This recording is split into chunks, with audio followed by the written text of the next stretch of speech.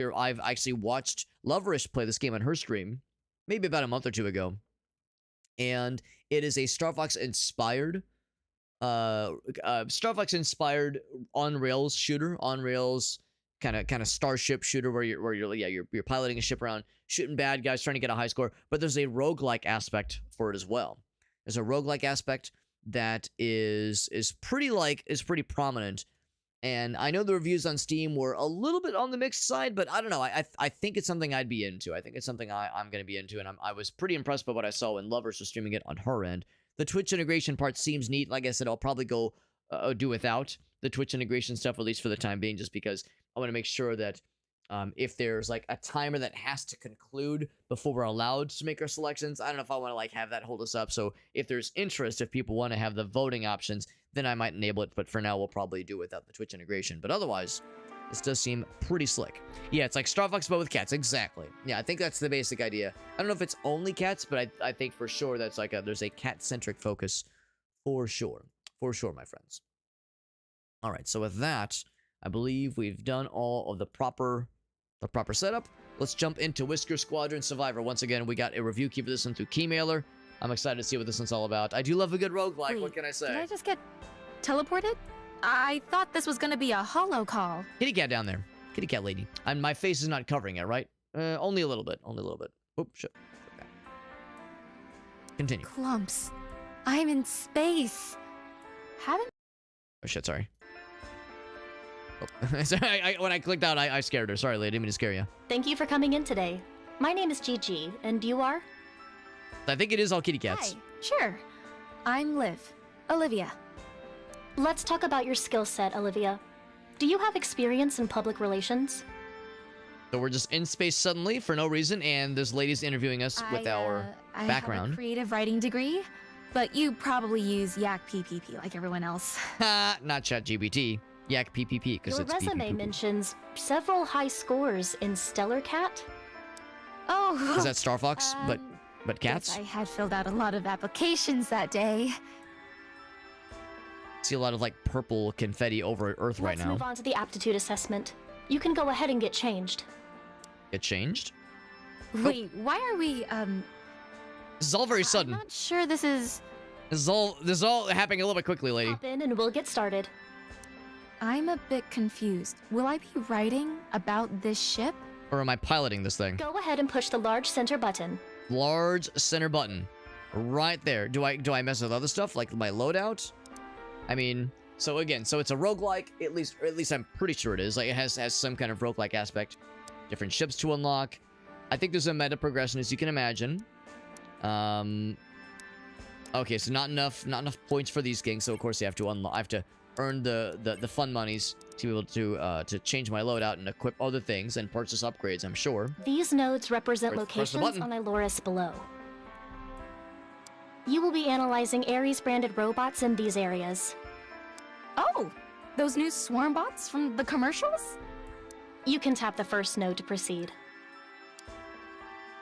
They're just kind of throwing us in, aren't they? Maybe not the most like organic of introductions. They're just kind of like just jamming us right in there. But I mean, I think that's the thing. Like, how do you I don't know, introduce something like this or a roguelike like this without it feeling a little bit hokey? Because, you know, Star Fox is great. I mean, I love Star Fox 64 in particular, but yeah, story-wise, plot-wise, it's kind of light on the details.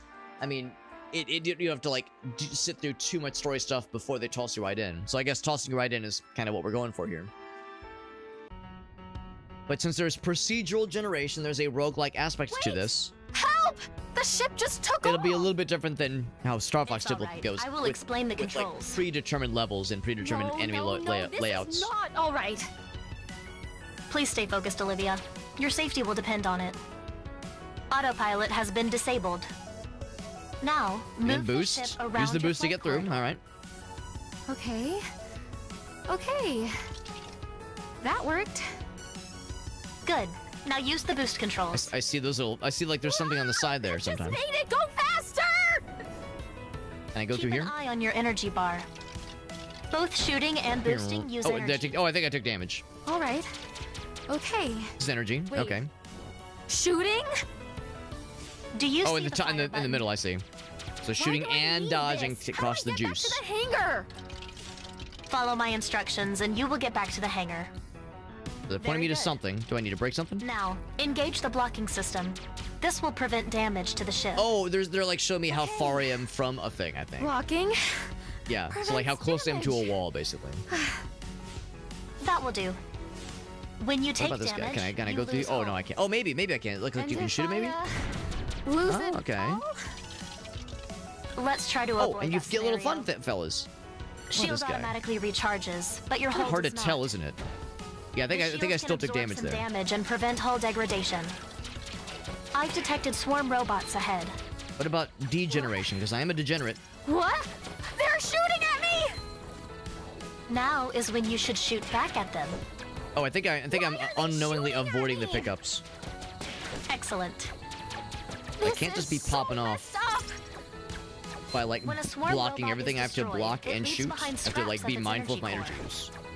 Fly That's over one thing. and It's a pick bit up of a the bummer. In golden Star scrap. Fox, you could block And now or you we're could picking deflect up and robot shoot as much guns. as you wanted. Why not? So I guess that's like a balancing thing, is to make it so that you can't just be popping off constantly. Some kind of energy or stamina based, some kind of stamina management, I suppose, Something makes popped sense. up on my screen. Yeah, it's like a cell shaded kind of thing. Yeah, it's pretty interesting, and of course the controls are pretty familiar. It's when you're trying to go through this really narrow passages, it's kind of hard to tell like where your ship is about to be, like where you are relative to like how you're swooping in. So that part makes it a little bit tricky. So this would be a weapon upgrade. Oh, but that's the missiles, right? Which is our like the equivalent, I guess, to the smart bomb in Star Fox.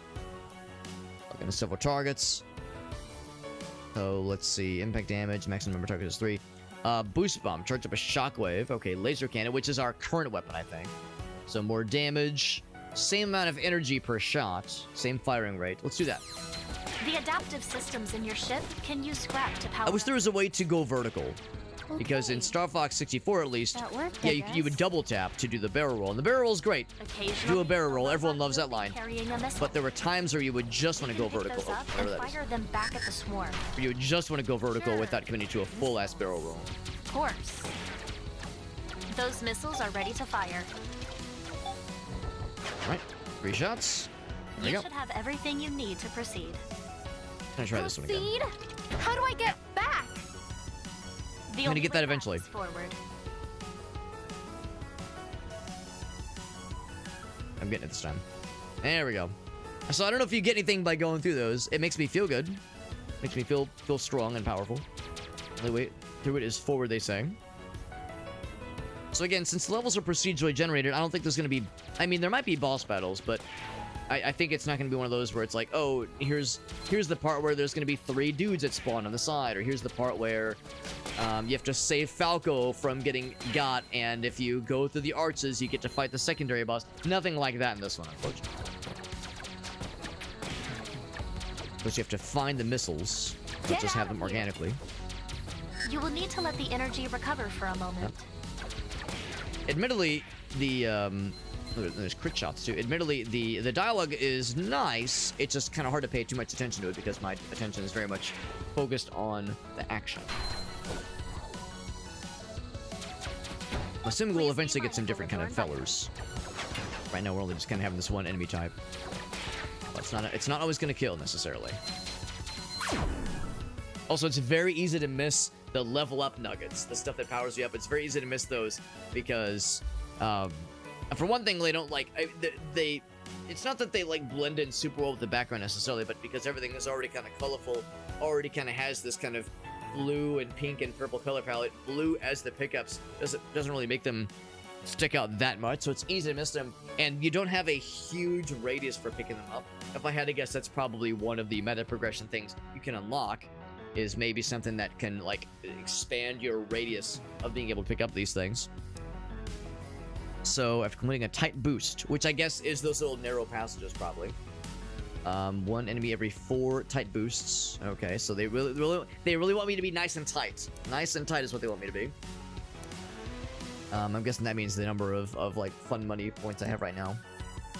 Or the shockwave, just an augmentation. That one sounds pretty neat. Radius of 1,000. Sure. Damage do that. output is always a safe choice.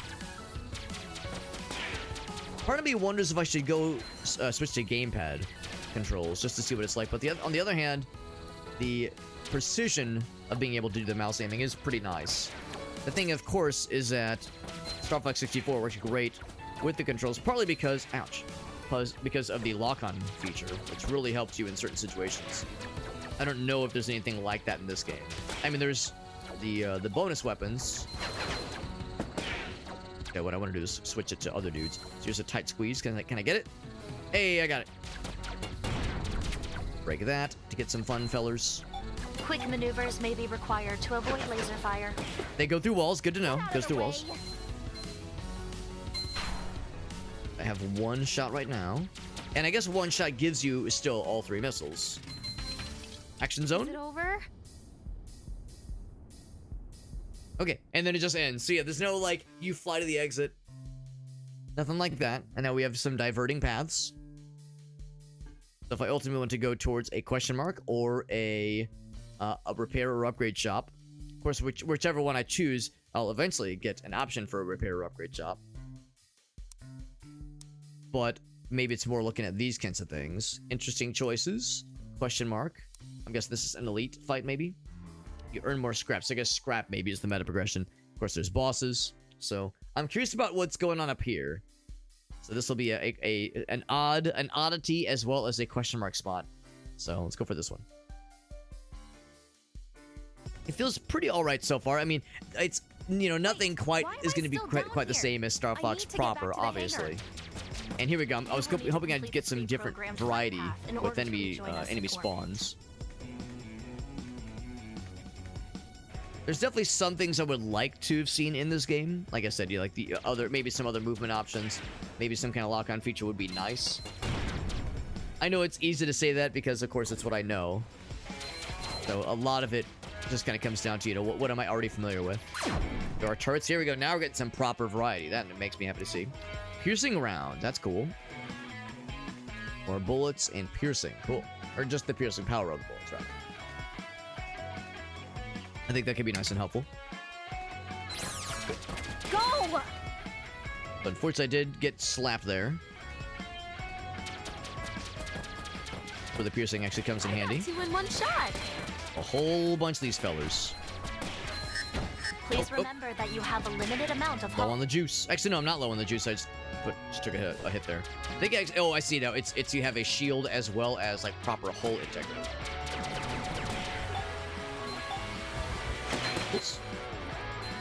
I don't know if that means that that's my last opportunity to see them or if they'll be swinging back around. Oh, there he is. There he is, I think. Laser beams cause continuous damage while contacting your ship. Oh, I see. They just kind of home in on you. That's pretty brutal. So that first level was probably just a baby mode tutorial, and then from here on out, I am having to get good. I think is my interpretation. So I think the baby mode tutorial was going really easy on me, and that is not always going to be the case. I have to get good. The good news, we have a laser cannon option here, or more missile shenanigans, or better piercing. I'm going to go for more damage. You are making me shoot you. The voice acting is fine. I mean, I'm pretty sure it's not AI generated. And I've said before, I will take maybe like less than amazing voice acting if I know for sure it's not AI generated. So if it's, you know, amateur hour, that is extremely okay. I'm not gonna shit on that in the slightest. If it's AI generated, I will shit on it. But if I know it's a human, you know what? Bless them for trying. Bless them for like putting forth the effort. That's more than an unpleasant percentage of game developers out there, like indie game developers. And I don't mean to like make it seem like, oh, stupid developers, so lame, so boring. Like, I get it. I know times are tough. I know budgets are tight, but still, it's like, just even if you don't have like a great voice actor, even if you're not confident, just try it, man. It's better than the AI shit, which is just the fucking worst. It really, really is. So I could definitely use a repair. I definitely got slapped around that fight. The repair, the juice, upgrade something random. I'm gonna guess I probably can't do all the above.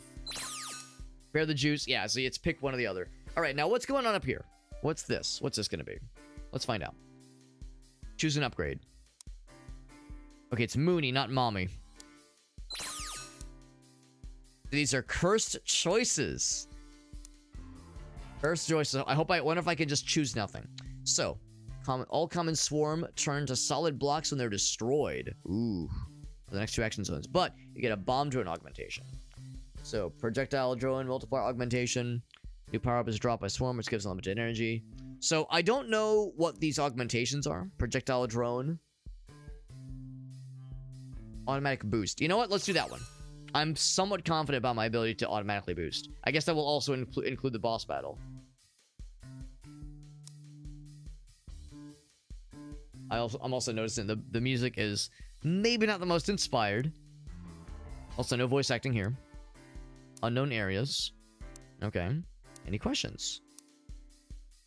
You received better earn rate, I guess, for just this next level. So we have a better earn rate, and also I'm going fast. Constant boosts, man. Need to get through. Need to get home. Oh, jeez. They gave me the stuns. Oh. Well, I think this run is not long for this world. I already like lost all the health I just got. What's going on here? Your hull level is critically low. Yep. I'm extremely aware. We lost all the health we just got and then some. And I don't think it's a matter of like, oh hey, we're going fast, we're gonna get to the exit damage quicker. I think we're like, the whole goal is to kill dudes. I think killing dudes is what ends the level, like getting a certain score amount. So there's the projectile drone multiplier. It's a rare one. Increase the count of all drones. Fire projectiles. Okay. So right now I don't think I have any, basically. That's the thing. I wonder, yeah, if I need, or maybe I did get one. I didn't realize it. Oh wait, maybe that was the one thing that I grabbed. Yeah. What was one thing I got? Maybe that's what that was. What that? You guys are exploding. Whoop. Okay. It's a little bit harder to fly through those small little gaps when you're going that fast. All right, so the Mega Rush is really tricky. One other thing too is that in Star Fox you had abilities that would heal you, that could heal you at least. The silver and gold rings. None of that in this game, at least not what I've seen so far. So, as expected, our first run ended in catastrophe if you will. And again, no voice acting here. At least I'm not hearing it. Maybe you guys are hearing it, but I don't hear any voice acting. So yeah, this is a job interview, this whole thing. We just teleported you out of your home into space, tossed you in a spaceship, and said, go kill some bad guys.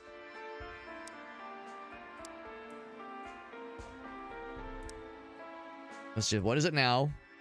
The house does not exist. Your whole planet got fucking eviscerated. Everyone you've ever known and loved is dead and forever will be dead. Yeah. The swarm identified you and retaliated. So because we forced you to fight for us, the bad guys have killed your home planet. I mean, she's like handling it pretty well, things considered. Get some health at the end of each fight. That's good. At the end of each level, that is. And purchase more shippies.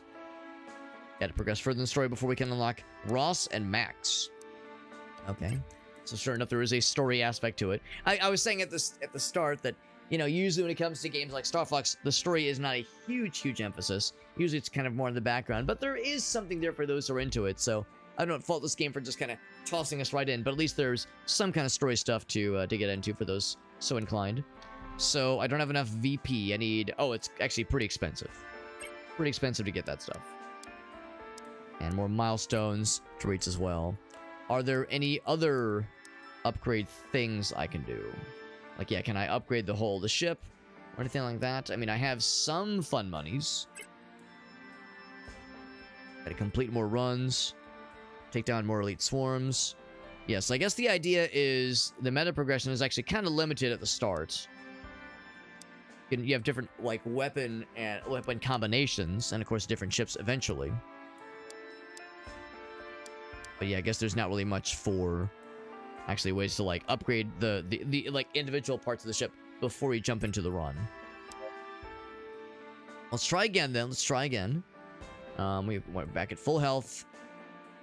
And let's just go for it. Or I guess, yeah, continue. Yeah. Now select that one. There we go. Now that we know the exclamation point questions are the, those are the cursed choices. Does your continuation mean you have decided to take the job? They need to pay! I don't believe attacking the swarm will result in them compensating you for your home. But it'll make me feel good. Destroyed! Oh, it's because they didn't understand what needing to pay means. No, we don't mean like pay them money. Die! I'm gonna grab those. These little strings of fellas are actually pretty tricky to deal with sometimes. There's a lot of them. They're fairly lucrative. They reward us pretty generously. When they all fly in a straight line like that, it's a little bit easier to pick up all this stuff. Oh my god, look at all this nonsense. Oh, I don't have the missiles, do I? No missiles for Alex. Pick them up. If I right-click, nothing happens. Yes, they kind of create obstacles more than anything.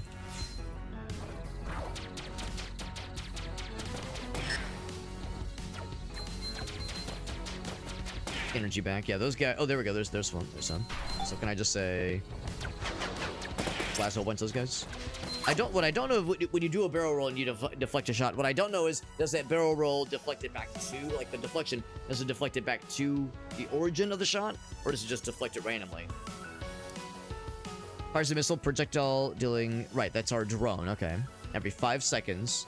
10 damage doesn't seem like much, but of course, if you invest into it, it seems like it could be nice. I feel like the laser cannon is a pretty reliable choice, at least at the start.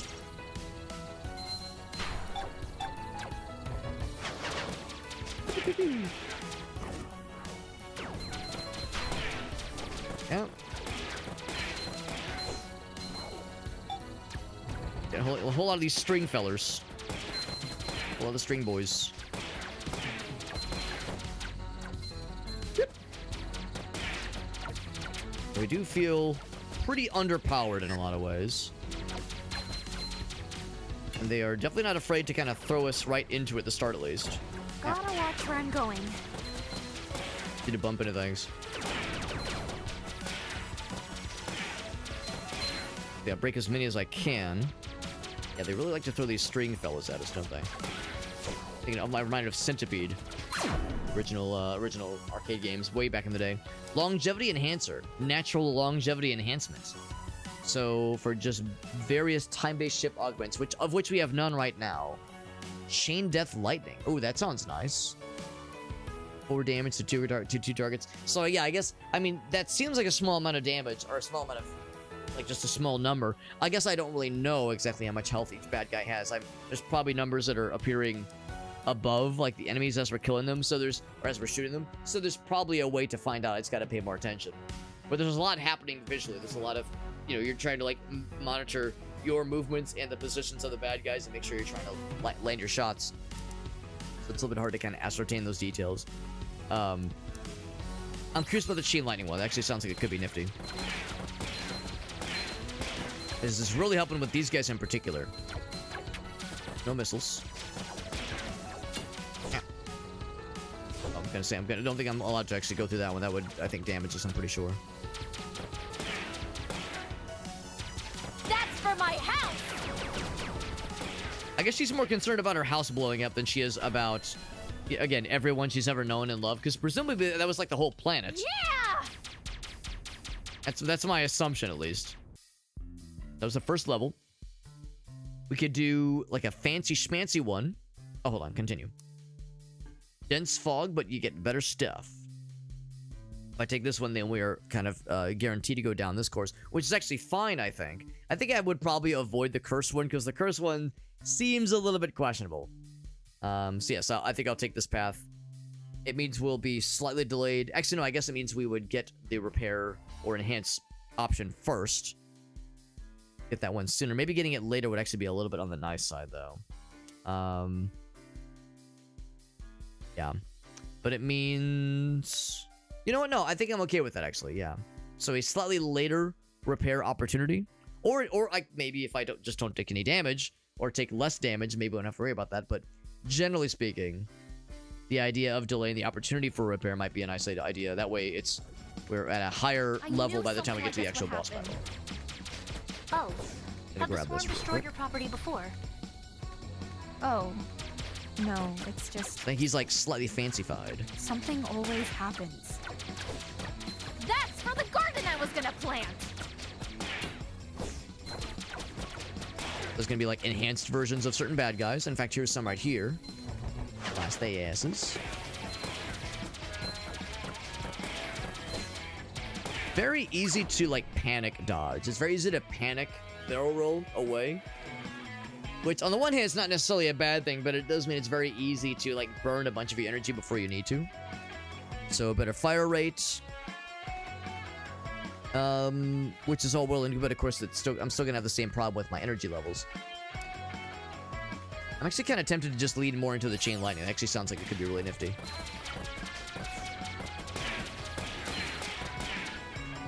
Okay, my stuff's getting pretty low there.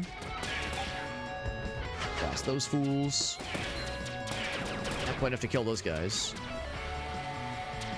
I don't know if there's like any sort of benefit to getting like an entire chain of them. I don't know if there's like any sort of bonus, like a set bonus basically. For killing an entire chain of these like stringy boys. Oh shit! Oh yeah. Once again, I panic barreled when I really didn't need to. It's because like so much of the time you're kind of focused on where you're aiming. It's easy to not notice when there's a shot coming at you. Energy's out again. That was actually one nice thing in Star Fox 64 because there was no punishment to barrel rolling a whole bunch. Maybe it wouldn't shoot quite as quickly, but still there was no like way that it would straight up prevent you from dealing damage or like running out of like any sort of energy. Is yeah, if you felt like there were shots coming towards you, you could just kind of panic barrel roll with really no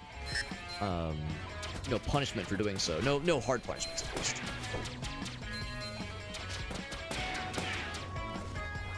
Once again, it didn't seem like there was any like major benefit necessarily.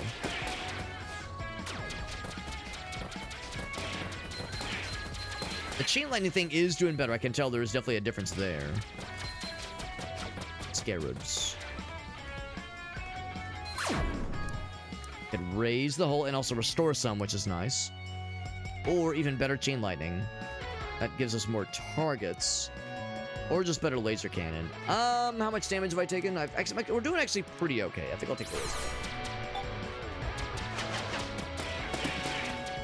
That was actually pretty good. That was good, like chain lightning, chain death lightning, synergisticness, synergizing. Action zone clear, not too bad. I think I've learned also if you do one tap of the barrel roll, it'll just do the barrel roll, and if you double tap, then it will do a barrel roll and like yoink you to the side.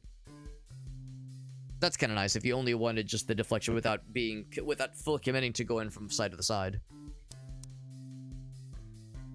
I guess the question mark means you learn more about like the in-game lore basically. And I guess as a result of that, you get some kind of bonus for the next round basically. We're actually doing pretty okay as far as needing hull repairs. So I think what I'll instead do is go here and just get an upgrade basically. Laser cannon at max level. That sounds nice. Yeah, let's do that one. I don't know if that's only for this level or if that's going forward. Do we have fog this time? We do. We have fog. They still outline where the bad guys are going to be, which is nice. Nothing! Die! So scrap is the blue stuff we're earning.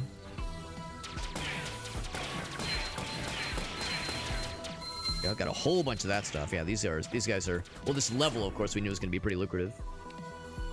So you get a whole restore if you go through the tight areas. So that actually would be an opportunity to heal you throughout the level. I'm going to guess this is not a tight squeeze. It's more of a lukewarm squeeze than anything. Something to make the barrel rolls less expensive would be nice. More efficient energy use would be a really nifty thing. juice. Oh, shit. Yo, got his ass real quick. So just in every so often... Yeah, every 8 seconds, just in every so often, a little pulse wave. You're really leaning into that chain lightning thing. Took a bit of damage there. Oh, my fucking god. Yeah, those guys are... Be my undoing if I'm not careful. I kind of turned my nose up at the idea of repair options, like mid-level repair options. But now I think I'm starting to see the light. Longevity. I'll keep doing the chain lightning thing. I think eventually we will start to see some diminishing returns, but it is pretty nice right now, at least. Clumps!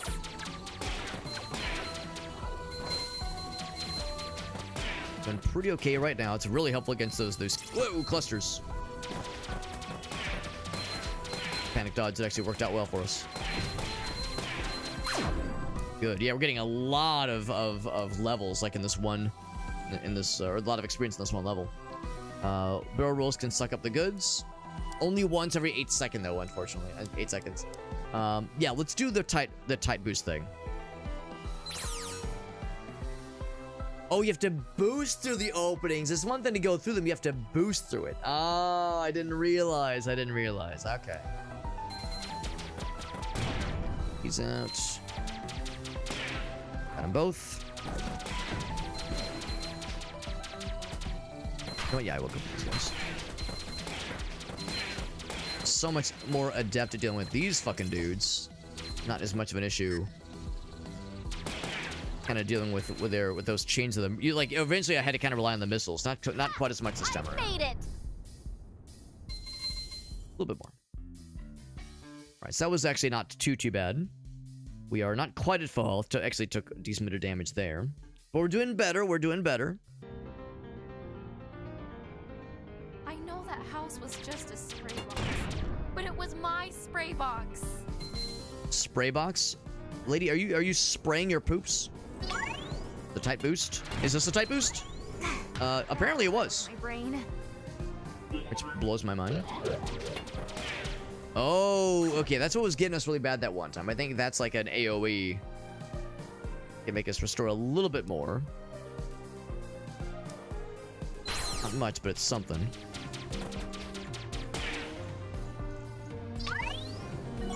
Yep. Well, something.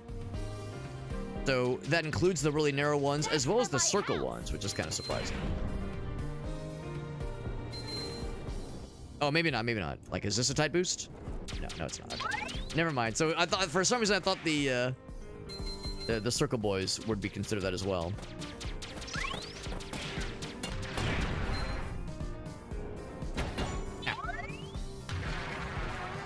Kind of fucked that one. By here. There we go. So I think I'm gaining more than I'm losing, at least. A little bit tricky. Once again, oh shit. Okay, I fucked that. Whoa, fucked that one really good. Not this again. And of course, then you get stunned. It's the worstest, the worstliest. There we go. So I'm looking for more healing opportunities. It's a risk. It is a risk. Yeah, it's like if it was... I was feeling a little bit more confident about like my positioning. I'd be like more akin to risking a little bit more.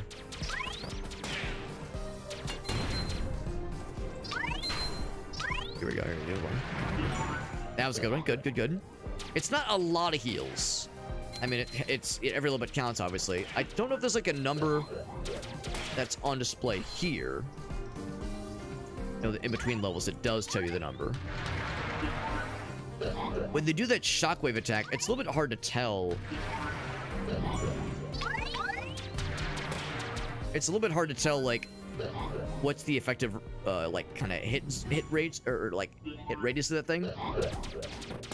Because I feel like there's been times where I didn't see the shockwave, That's for the garden like, I was visually reach me, but I still took damage. Okay, well, that was obviously a bad one. I instantly lost all the gains. All the gains I'd been making.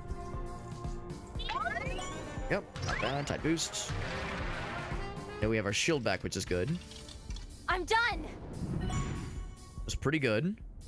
We know we get like a little bonus heal at the end. So we ended up with about the same amount, honestly. About the same amount. So first boss battle. Well, or maybe an elite battle. Maybe not a boss battle, but some kind of elite swarm. There we go. Let's try this one. What's up, shock value? Yeah, it's like a Star Fox roguelike, basically. On? The swarm have deployed an elite level robot. That doesn't sound And good. Sky Crawler. He's talking nonsense. God, what does that mean? He's gonna get his ass. Pew, pew, pew. Oh, shit. More missiles? Oh, yeah, more missiles.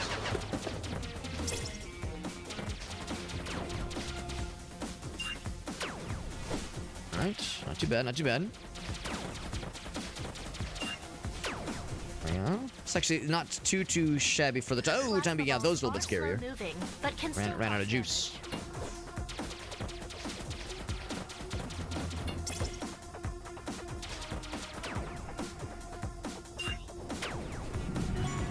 That whole repair. There we go. Got his ass. Nice. Oh, wait, no, he's not dead, though. It appears to have a second phase. You're Wait, not kidding, there's lady. More of this? Ah! Oh, that's fixable. Making little buddies. Oh, never mind. That's not little buddies. That's just like part of him, I think.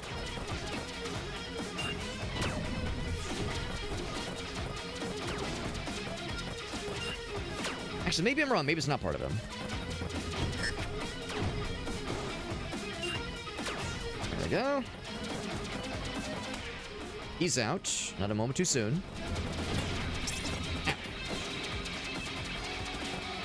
Gonna go for a slight heal. Got it. I tell myself I'm getting better at that. A heal. Yep. Oh, man. Making frequent use of my... Or not frequent use. Trying to frequently monitor my energy use makes this a little bit trickier. I think we've got this, though. I think we're on a good pattern here. Oh.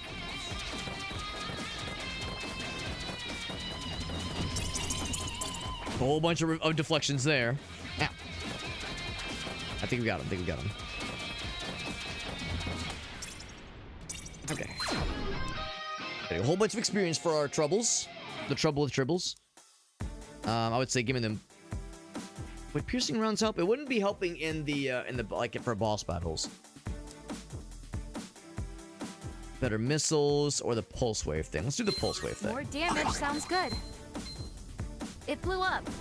Is that it? Get a heal. Hoping for a little bonus heal. All right, so we continue. I guess that means we beat Act 1. So that was the first. I don't know if that was like a full run necessarily, but it was something. Orbital drop point. There we go.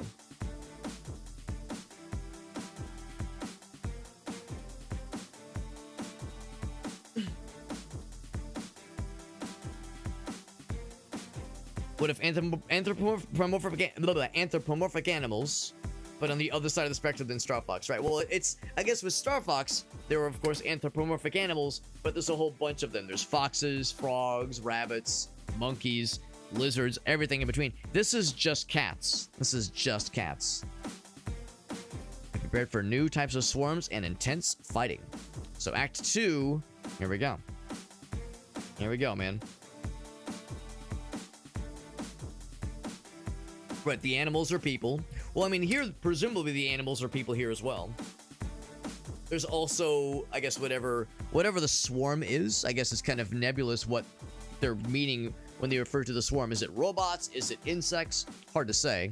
Probably some rogue AI if I had to guess.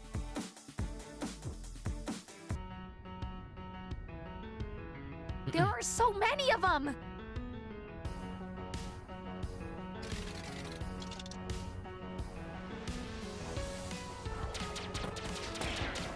So now we have like a whole completely different little area, which is kind of neat. Probably can't get those guys. Wait, there's people as animals? Oh wait, hold on. Is that's something I must have missed then?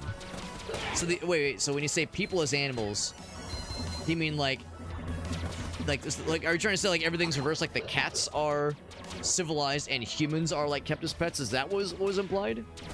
If that was something that somebody had mentioned in game, I completely missed it. Bye! There was some like role reversal that I just completely missed. Shark Whip thing is actually pretty cool. Yeah, because I guess I'm misunderstanding. So how is it different than Star Fox as far as like the people like you know the anthropomorphic animals? Because I think this is exactly like Star Fox, except that in Star Fox you had different animals. Obviously, Fox is a fox. I know, crazy, but Peppy is a rabbit. Slippy is a frog. Leon is a lizard. Falco is some kind of falcon. So I don't really see how it's any different, really.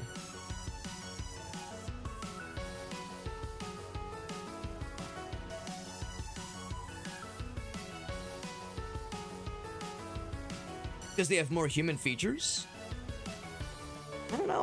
To me, I mean, kinda. I mean, kinda, sorta, but like, well, actually, let's think about this. There is the character Cat in Star Fox. I think she would actually be fitting quite well in this game. I think Cat would like fit in really well in this game.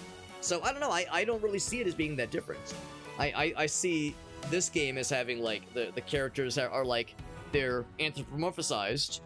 So you know, it's like a cat with like that has like been humanized or a humanized cat, I suppose.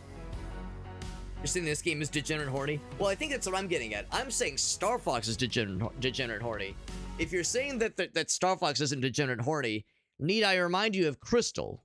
Star Fox Crystal. If you're gonna sit there and say, whoa, this game is degenerate horny, need I say more? Need I say more? So yes, this is like in-game. This is an in-game render, so this is not fan art. So yes. And the character Cat, same kind of thing. So I posit that no, this actually is exactly how Star Fox is. This is exactly how Star Fox is. Now, in the N64 version and like the original SNES games, you know, it was simpler graphics, obviously, so it's more cartoonish. But yeah, in like Star Fox Adventures and Star Fox Assault, no, this is how it is. So I disagree entirely. I think this is absolutely on point. You get a better pulse wave or fire quicker shots. The tight boost sounds nice. It sounds nice. But my ability to actually capitalize on it is where it gets trickier. Yo, what's up, Chuck? The cats have boobs. Well, again, Crystal, though. I'm saying, man. Crystal, and to a lesser degree, Cat. You don't really see much of Cat in Star Fox 64, at least. At least, well, I guess there's the 3DS remake, which I've not played. We just use our imaginations. There you go, yeah. No, it really comes down to which Star Fox games are we talking about. Because, yeah, if we're talking about, like, Star Fox Assault and Star Fox Zero, that's where you get like, you know, fuller view of these characters, for better or for worse. So if you want to say one is horny, they both got to be horny. That's the rule. And I am no prude. I'm not against these games being horny. In fact, if nothing else, I embrace it. As the good Lord above intended. Oh my god, the fucking cubes. Survive a small number of collisions. I mean, I don't want to collide. Not my intention, lady. Oh shit. That's not a tight squeeze. This one should be. Yeah, but I took a bunch of damage, unfortunately. Sure love their, like, little lock-on lasers, don't they? They just love that shit. Taking a lot of damage.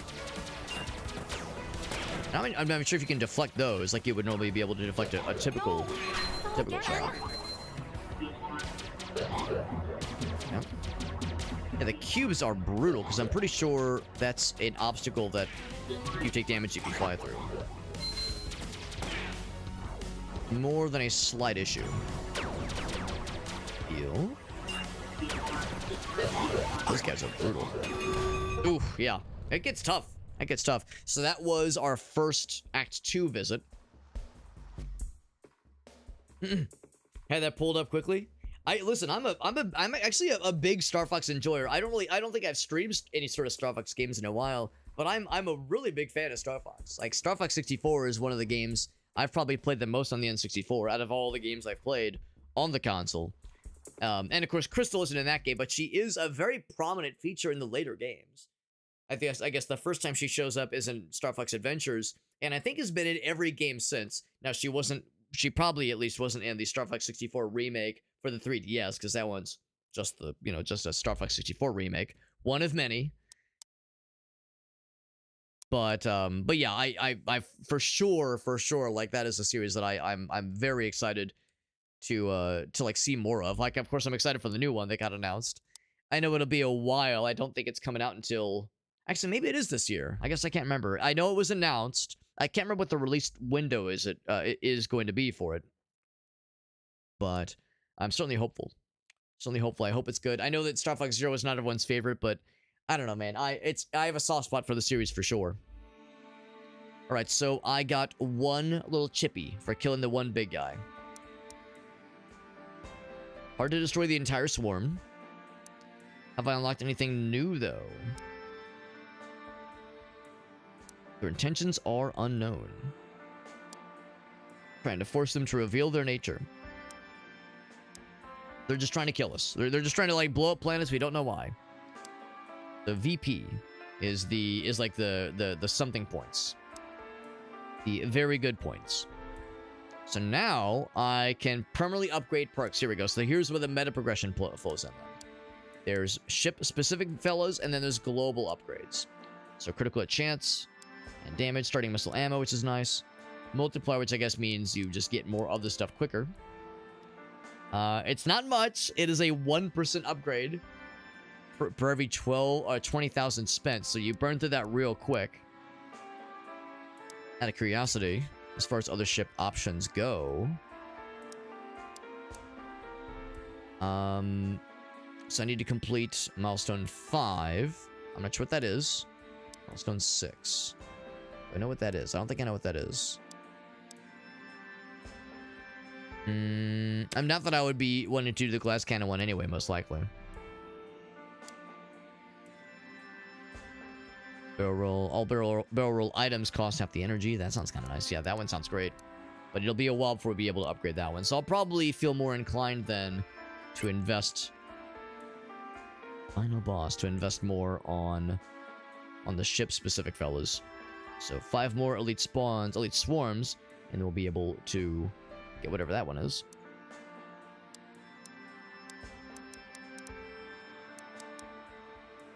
Work to upgrade, right. Shield recharge delay. The upgrades are pretty expensive, honestly. Energy recharge factor, 5%. Boost efficiency, shield capacity. Shield recharge delay would be pretty nice to juice up a little bit more. Energy recharge factor. I'm gonna guess that's relating to, yeah, your ability to shoot and your ability to barrel roll. I actually think I might just go for that one. Can I like unlevel? Can I refund? I guess you cannot. Whatever you choose, it's locked in. It gets way more expensive as you go along. But that is not terribly surprising. I could go for the boost efficiency. I'm not quite as worried about boost efficiency. If anything, I would maybe do this one. Starting missile ammo. It's only starting missile. It's only helpful for like the very start of the fight. I think I'd probably just stick with the default for the time being. So the meta progression is kind of slow. I know that's something we were talking about with Elgaso not too long ago when we were playing Spell Brigade, because Spell Brigade also had that same kind of problem where, maybe I shouldn't say problem, but that same function, that same kind of pattern where the meta progression is a bit of a grind. It's like very expensive. Quickly without taking hull damage to start a combo. It's very expensive to get any sort of upgrade of any significance. And because it's so expensive, yeah, there's that kind of feeling of, oh, So now we're learning about combos. Got it. Your combo will reset if you take damage or go for a few seconds without destroying a robot.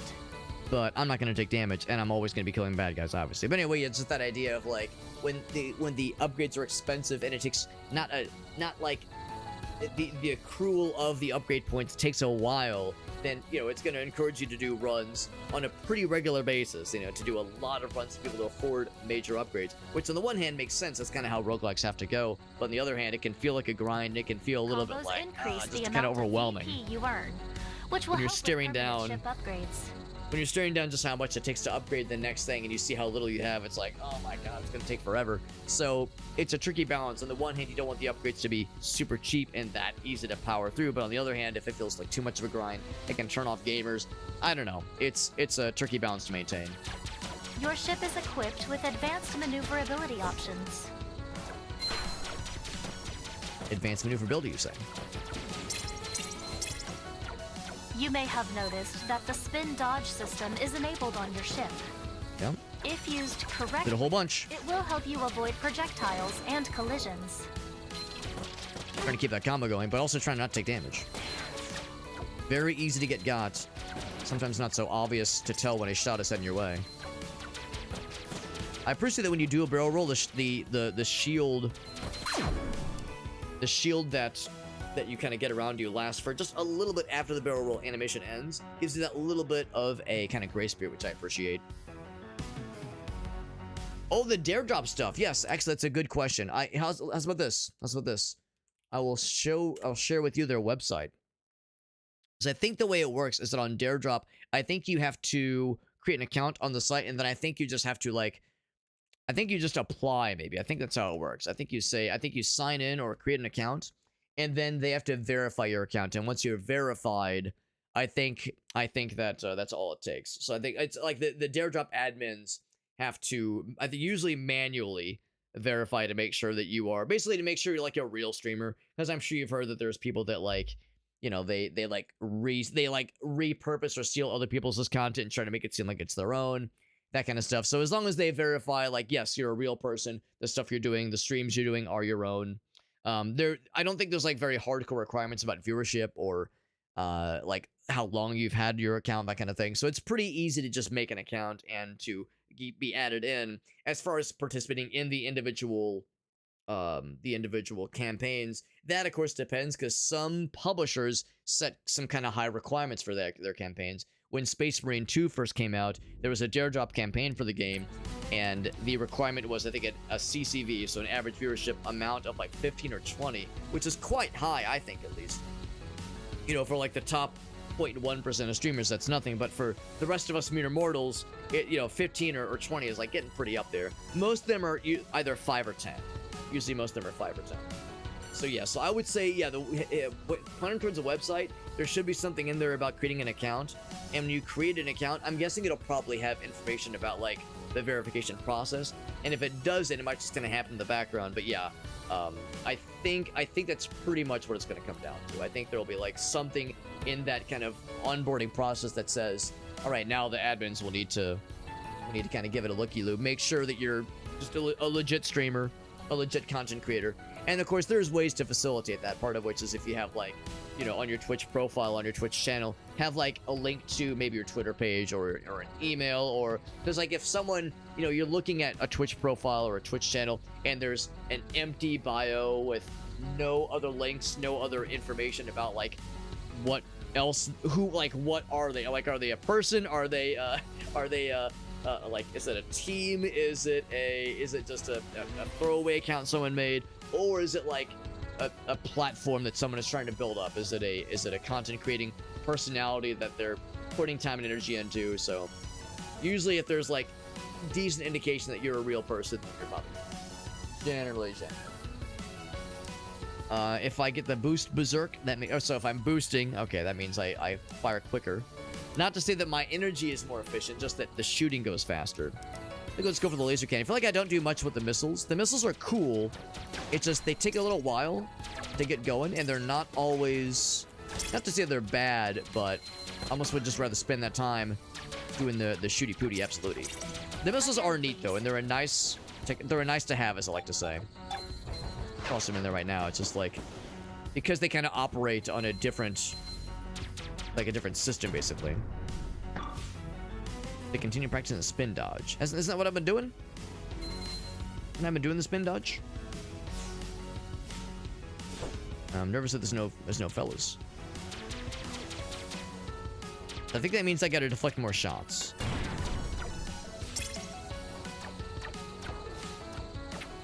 Oh no, I think I see what's happening here. Yeah. I think that message is just on the screen, just in general. But I think the general idea is that this is just a regular level otherwise. We kill a few more guys, that'll toss us to the next level, so I think we're okay. The magnet actually would be very helpful. Normally I would say give me that laser cannon upgrade, but that magnet is gonna be good.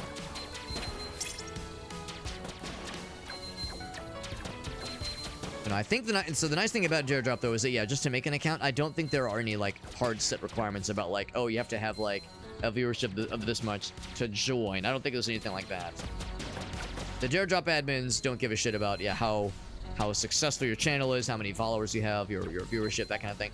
The only folks that do give a shit about those kinds of things, your follow, your like viewership, your follow numbers, that kind of thing, would be publishers for when you apply for a review key for something. So like when there's a Dare Drop campaign for a game called Rune Dice that just came out today. And I think the average CCV requirement for that one is either 5 or 10. And that is usually set by the publisher. And it's a bummer because some folks see that and they go, oh man, that's kind of a high requirement. But the Dare Drop admins go, hey man, that's not something that we set ourselves. That's up to the publisher to determine. And we got Ryan in the house and also Alias Raids. What's up, Alias? And we got Neon Abyss. Neon Abyss, I think I've actually played that before, Ryan. That is, I think if it's the one I'm thinking it is, that is a good one. I think that one is kind of similar to this one too. Yeah. Yeah, I think I know what you mean, Ryan. Yeah, I think if it's one I'm thinking it is, I think I've played it. I think it's a really good one. We got Alias with the Ray. What's up, mans? Good to see you, dude. I was gonna say it was tonight the Dwarf Fortress times, man. That's exciting. That's exciting. Dwarf Fortress, his first time. How'd you feel with it? How'd you feel with it as a person that usually does really well with like learning new games and diving into something that you've never played before, learning it quickly? How did it feel with Dwarf Fortress, which I know is probably a little bit outside the usual realm? That being said, you've played a lot of Caves of Cud, so Caves of Cud has, you know, they're different games, I realize, but there's probably enough of that kind of like weird, archaic depth that is like similar with both games. Again, they're both different kinds of games, but there's, I don't know, there's something about a game that presents itself the way that Caves of Cud and Dwarf Fortress does, where, you know, you just kind of learn by doing, you learn by experimenting, and those games don't pull back. Those games are not afraid to slap the heck out of you, man. But that's awesome stuff, man. So now we can deflect the shots back with the barrel rolls. By the way, this is Whisker Squadron Survivor, so if you've ever played Star Fox, a lot of us are excited about the new Star Fox announcement that just went live, I guess, a week or two ago, announcing a new game, which is exciting. This is not Star Fox, obviously. This is not the new one, but it is an indie game inspired by Star Fox. It's a Star Fox-inspired roguelike specifically. And I've got a couple options because we just leveled up our guy, so now we get to choose something. So I guess the idea is that it still costs, I'm assuming the same, basically. Unlocks 3 additional items, right, which I guess means we can get more of the roll deflectors. So actually, that does sound kind of nice. Let's go for that one because we do the deflections on a fairly regular basis. So yeah, so it's Star Fox, you get the deflections of the shots, that kind of thing. There's not like charged shots like there were in Star Fox 64, but there are alternative weapons like missiles. You can upgrade your laser shots. There's barrel rolls, obviously, of course, there's barrel rolls. You can use the boost to get through. No U-turns, no somersaults. But otherwise, it's pretty cool. And I was thinking that we were probably going to be done with this level pretty soon. They were saying to keep practicing the spin dodges. And I think we've demonstrated ourselves with that pretty well, hopefully, by now. Is that it? Are we done? Okay, so now the run actually begins. Okay, so that was all just like kind of leading into, I guess, teaching us some of the basic mechanics. So now does the level begin, or is it going to teleport us away? Then blow that up. Waiting for bad guys to spawn. it's a little bit weird how sometimes things get generated. So unlike Star Fox 64 and other Star Fox games, this is all procedurally generated. So it's not like, oh, there's like, you know that there's this one obstacle, and if you fly through all the arches, you'll see the alternate boss. Like, there's nothing like that. It's not like, oh, if I know this enemy's gonna spawn here, I know this part level means that we're about to be done. No, it's nothing like that. Everything's procedurally generated. All the enemies are procedurally selected, all that kind of jazz. So it is a standard roguelike in that sense. And when a level ends, when you I guess kill enough bad guys, they just kind of teleport you out. It's not like you reach the end of the level and you're all set.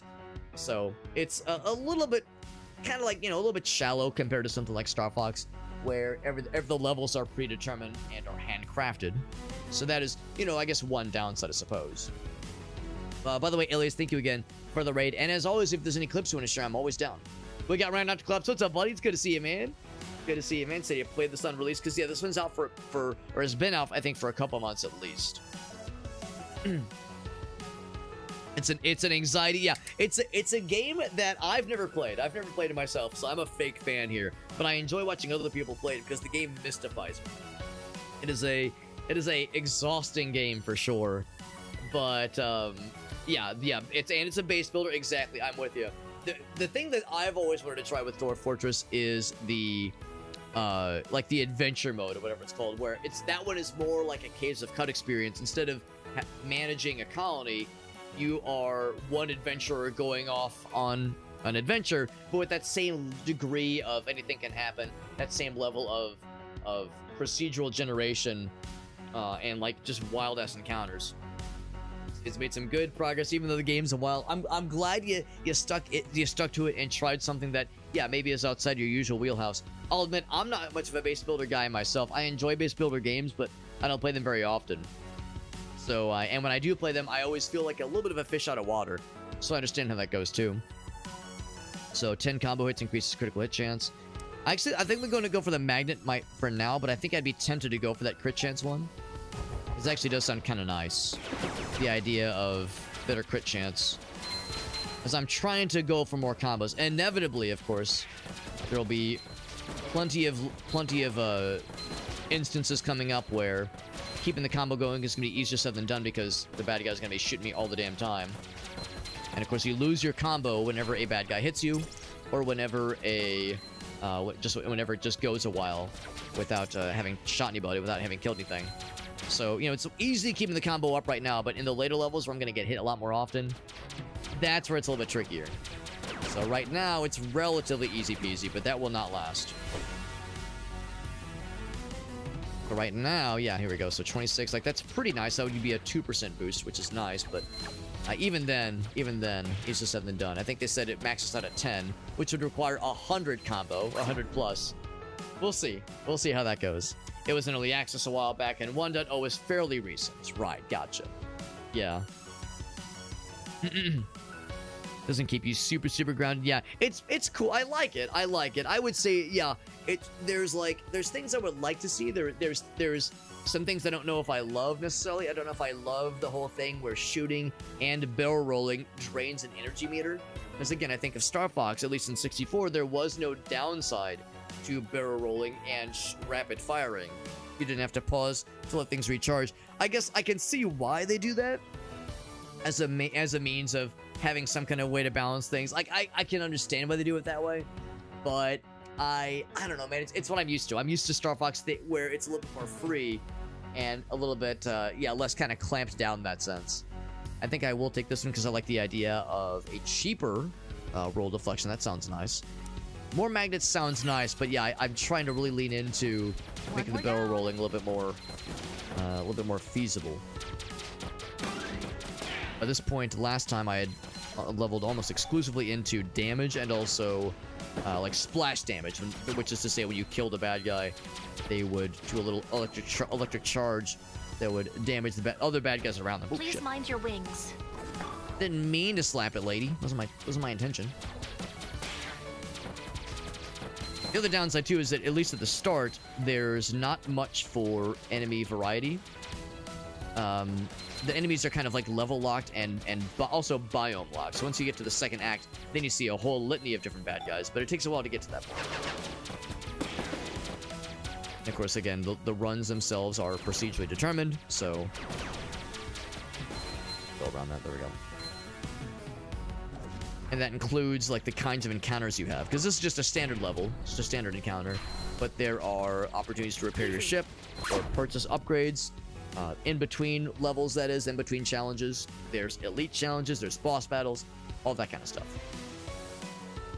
First projectile block to refill stuff. That actually sounds kind of nice. Each barrel reflects, yeah, refill stand energy. That actually sounds kind of cool. Refill stuff when you get to combo 35. Let's go for that one. I like that we have the opportunity to re-roll as well. Becomes intense.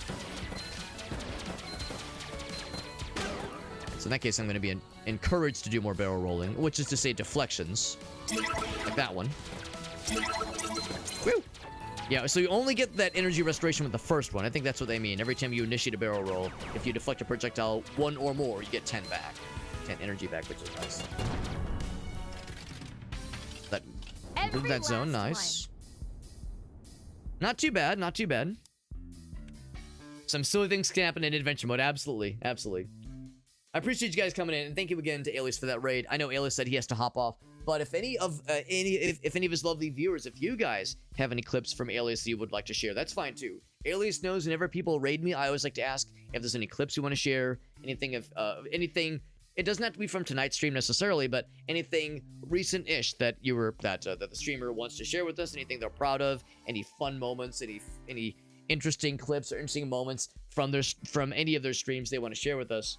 So if any of you guys have any Alias clips you want to share with me, that is also perfectly valid. We'll all watch together, kind of put up on the big screen, that kind of deal.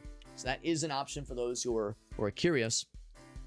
But otherwise, happy just to continue playing the game and just kind of chilling. Is this mouse and keyboard or gamepad? So it offers either option. It supports either one. I'm using mouse and keyboard myself, and it works pretty well. I am very much a Star Fox 64 devotee. I would say Star Fox 64 is probably the maybe third most game I've played on the N64. Played a lot of Smash Brothers, played a lot of Mario 64, a lot of Mario Kart, of course, a lot of Zelda. But yeah, Star Fox is a game I've played a lot over the years because it's such an easy game to just toss in and do like a run or two. Just do I don't know, it takes like maybe an hour or so to go through the game if you kind of know what you're doing. And it's kind of fun. Even if you play the game 1,000 times, it's just a satisfying game to play. Trying to get new high scores, trying to, I don't know, revisit old levels. It's a game I always love coming back to. It's a comfort game for me. So there's a lot of things that I'm used to when it comes to Star Fox-esque games, which is both good and bad. On the one hand, this control scheme feels pretty natural, and I like it. But like I was saying earlier, there's things this game adds, which are cool, but they're different, and they're different in ways that kind of rub up against my expectations. So yeah, I'm trying not to be too set in my ways necessarily. Once again, we have the choice of kind of a divergent path here. The main thing I try to look at is this guy here, which lets you repair or upgrade the ship. I try to look at it more as focusing on the repair aspect. We don't need it right now because we have our hull is at full health, but eventually I'm sure we'll need it. And it seems like that's more likely to happen later on in the run. So I think I'm inclined to take the lower path ultimately. That will ensure that the repair happens a little bit later, which is kind of nifty. The downside is that there's fewer elite opportunities. If I take this route, we could get 2 elite opportunities, or I guess like just maybe not elite, because elite is what they call the boss battles, but like an enhanced opportunity which earns you more resources, which does seem nice. But at the same time, I kind of see that as maybe this is like a sign that I should take this and play it kind of safe in that sense. Yeah, Majora's Mask, Mario Kart, there you go. Star Fox, Mario 64, yeah. Yeah, I would say if I had to pick a top 5, it'd be this one for sure, in no particular order. This one, Ocarina of Time, Mario 64, Smash 64, and maybe, what would be the 5th one? What would the 5th one be? Mario Kart, Mario 64, this one, Ocarina of Time. Oh, and Smash, okay, that was it, yeah, and Smash Brothers, yes, that was it. I probably didn't count Mario Kart. Yeah.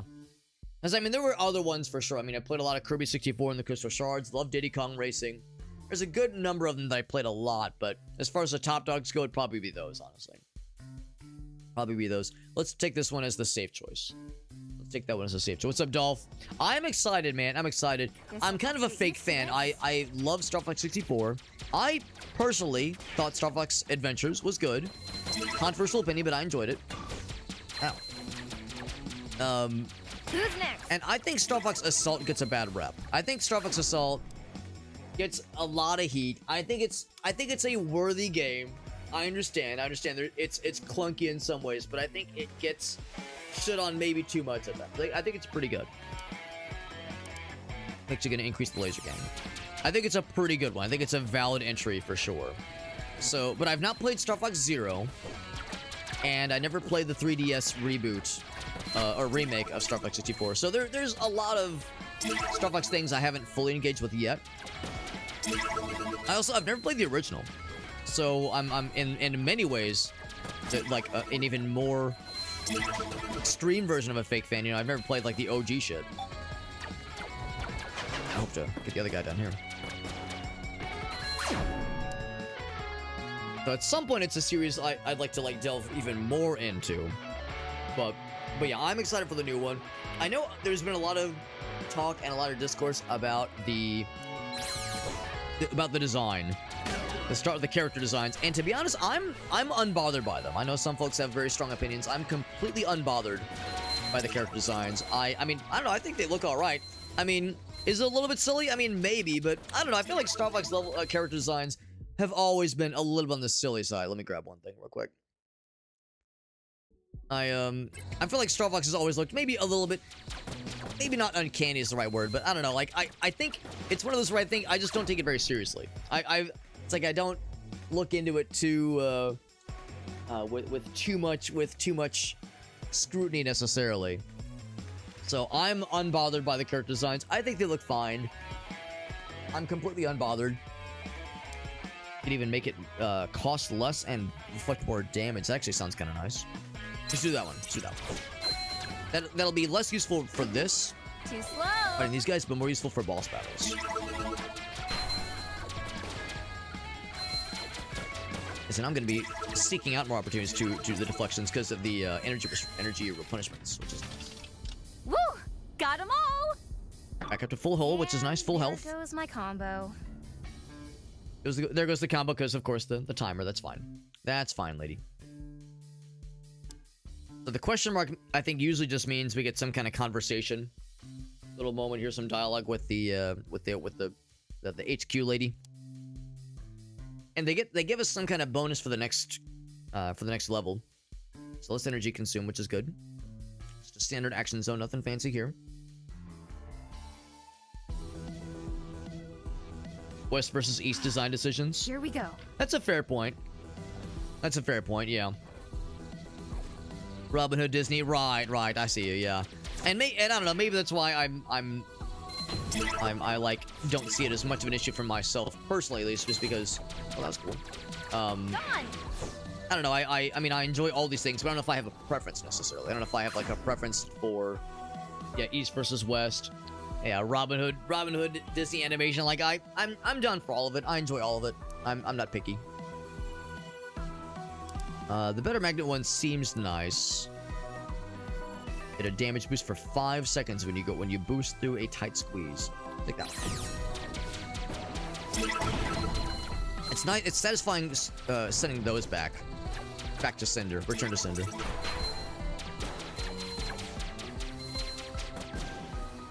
I also kind of want to increase the thing that, or level up the thing that gives us more energy. More energy when we reflect the first shot, because that can really be self-sustaining, I think. Those guys have a lot of health, so it's just easier just doing that. They're healthy boys. Not even taking a shot. Oh, except that didn't kill. Oh, you can shoot their shots out. That's kind of cool. I don't know if they could like disable their shots.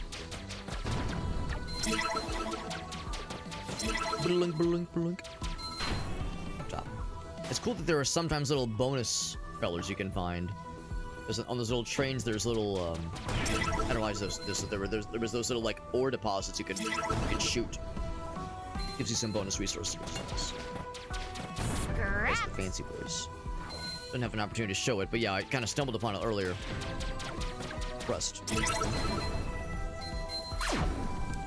a little bit better about this run just in general.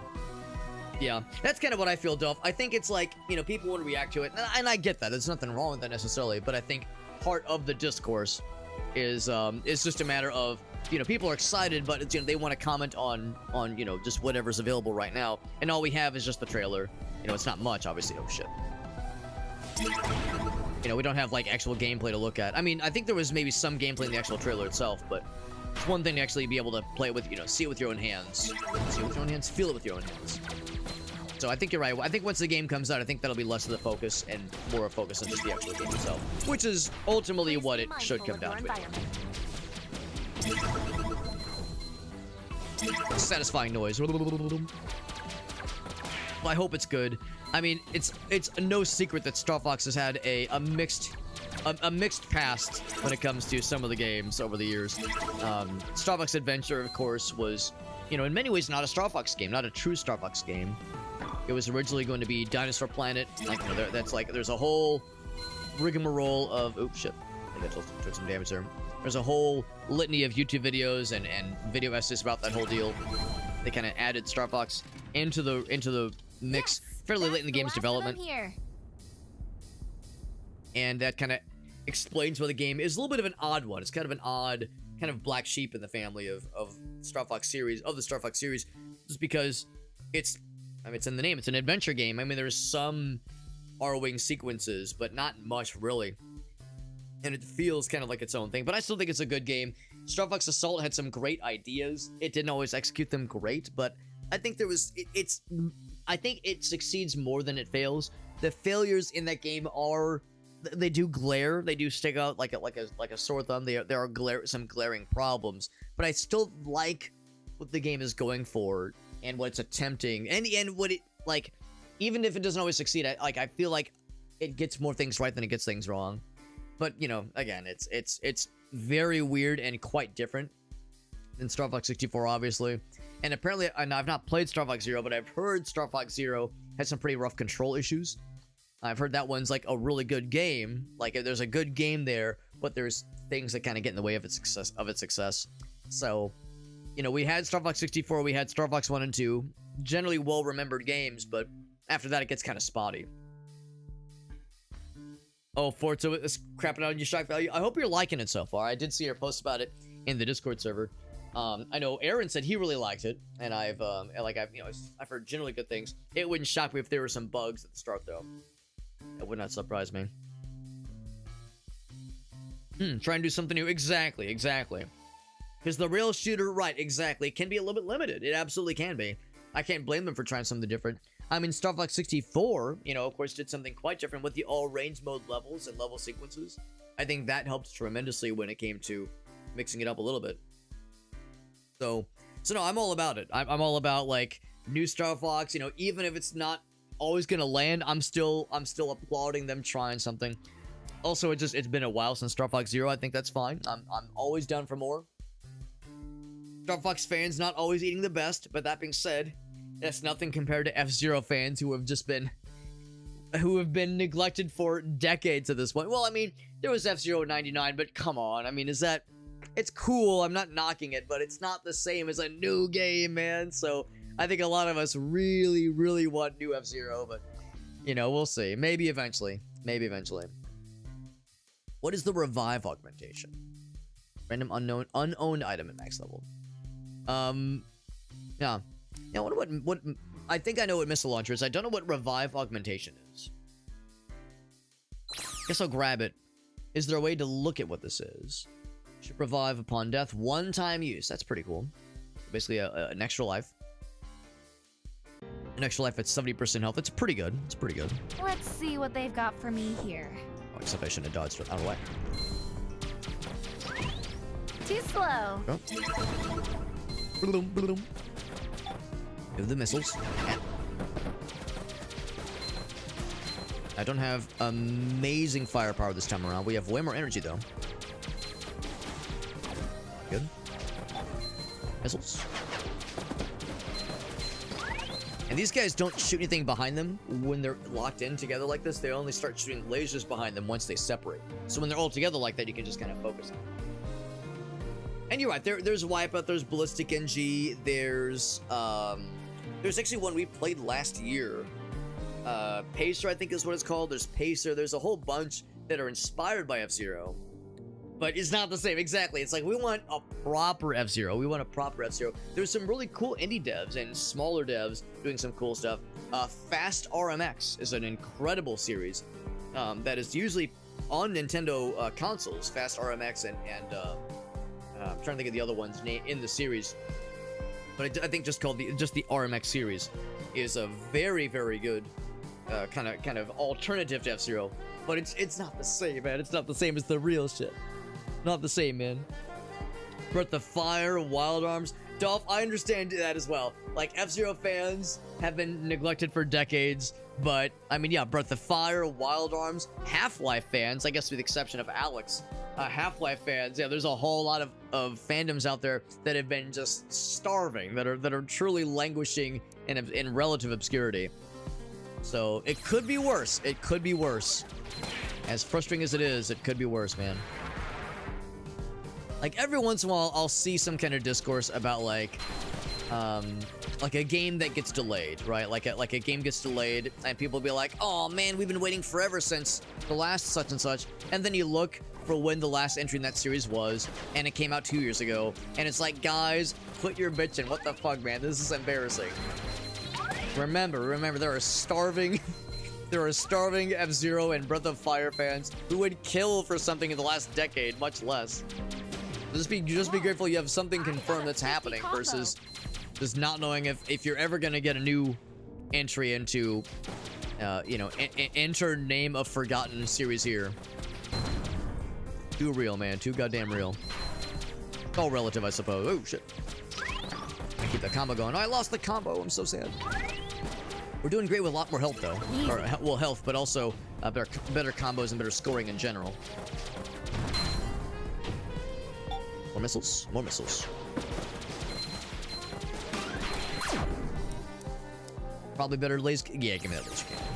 Which I think means it's super powered. It's all followed up, man. All filled up. We want the ET. That's right, yeah. ET for the Atari. I don't know if there's any ET super fans that are going to be quick what's the word? To be defending that game. I'm sure there's like some folks out there who legit enjoy the game, but yeah. Where are the Superman 64 stands out there to really white knight for that series? That's what we really need. Hey man, when's Superman 64 2 gonna come out? Stay focused, Olivia. Every once in a while, yeah, I understand that, Dolph Graham. I understand. Like, hey man, maybe someone will do something for us. Someone will come through, maybe. Arachnid Daddy. What's it saying? Can't tell. He's got that death beam like that one dude in Area 6 in Star Fox 64. I got no missiles. Not the best aim, which is fine. Out of the way, yep. Gonna like lead him around. There, of course, is gonna be a second phase after we get to the second half of his health. We're in much better shape by this point than we were in the last run. This boss is a little bit easier than the one we fought earlier. See how the second phase looks, though. I do the same thing, Dolph. Every once in a while, I'll like just kind of look around online. Like, is there any news that I just missed about Series X, or this developer that I like, or this publisher that I'm curious about, where like things have been quiet for them for a while? Keep going. Are you serious?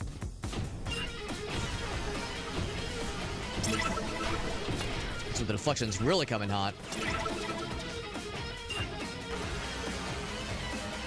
Costs a lot of energy to do so.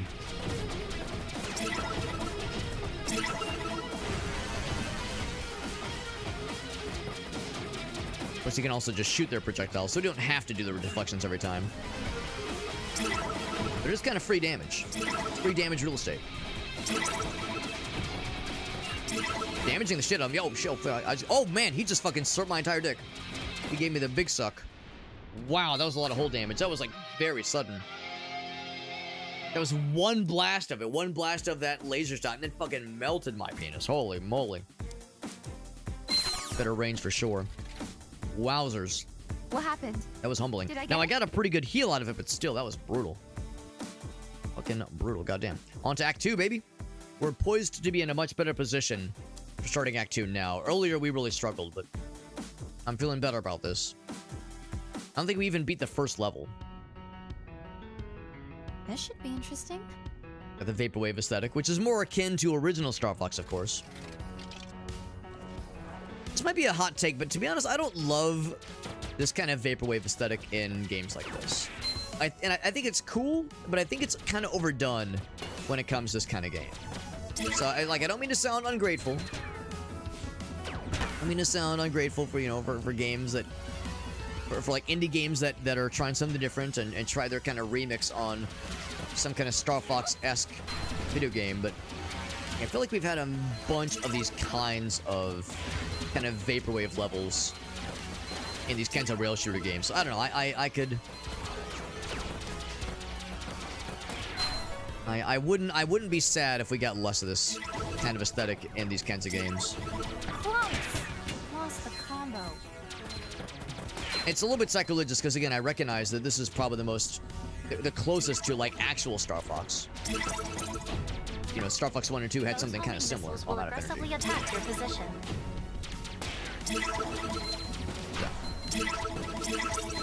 Oh my god. Oh my god. I wanna watch where I'm going. A lot of shit to repel. Good thing we got, like, the enhanced shield. It's really helping us. Holding it down, man. A bit more damage than I wanted to. Missiles. I'm gonna focus you because, yeah, that freaking hockey puck is dangerous. One more down. Could even have a better magnet. I feel like our magnet's doing pretty okay. Give me more of that energy. Give me more of that energy, honestly. What's up, Corgi? Good to see you, bud. Good evening to you as well, my man. Good, thanks for popping in. Got the credenza. There you go, man. There you go.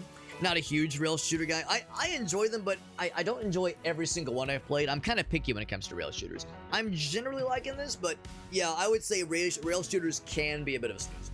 I am liking this one, though. I am liking this one. Right. No, you're right, Dolphgrim. I'm pretty sure it is Capcom. So if there was ever a time for them to consider it, this would be a pretty good time for them to maybe look at that as an option. Because, yeah, Capcom has been doing very well lately. So I'm extremely... I would say if there was ever a time to say, like, there's a decent chance, now is a pretty alright chance. God. Trying to, like, really lean on the projectile deflections. Carry me here, but those guys are... They're so brutal.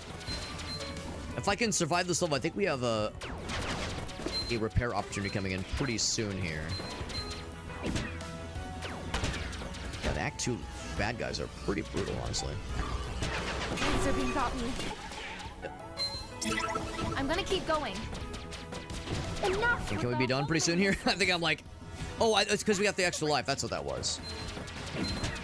That's why it got into slow motion for a second there. And we got the blinking because I think we have invulnerability for like the first like 10 seconds or something. Now we're back in it for reals. So we burned our extra life. That's fine. Not ideal, but it's how it goes. Missiles. Nothing but Ouch. scrap. Yeah, the jump in like difficulty between Act 1 and 2 is pretty impressive. Those guys don't drop that much experience, dude. They're really hard to break down. Trying to kind of hang below these guys. A lot of shit being thrown at us, though. Kind of hang below you guys. You can try, like, you can kind of use the deflection to, like, squeak you through those guys, but you're not going to be able to reflect their beams back at them, obviously. Also, it's a shame that the bad guys are still able to do shit at us once the level's complete. So, I'm not going to take that one. I will take the repair, though.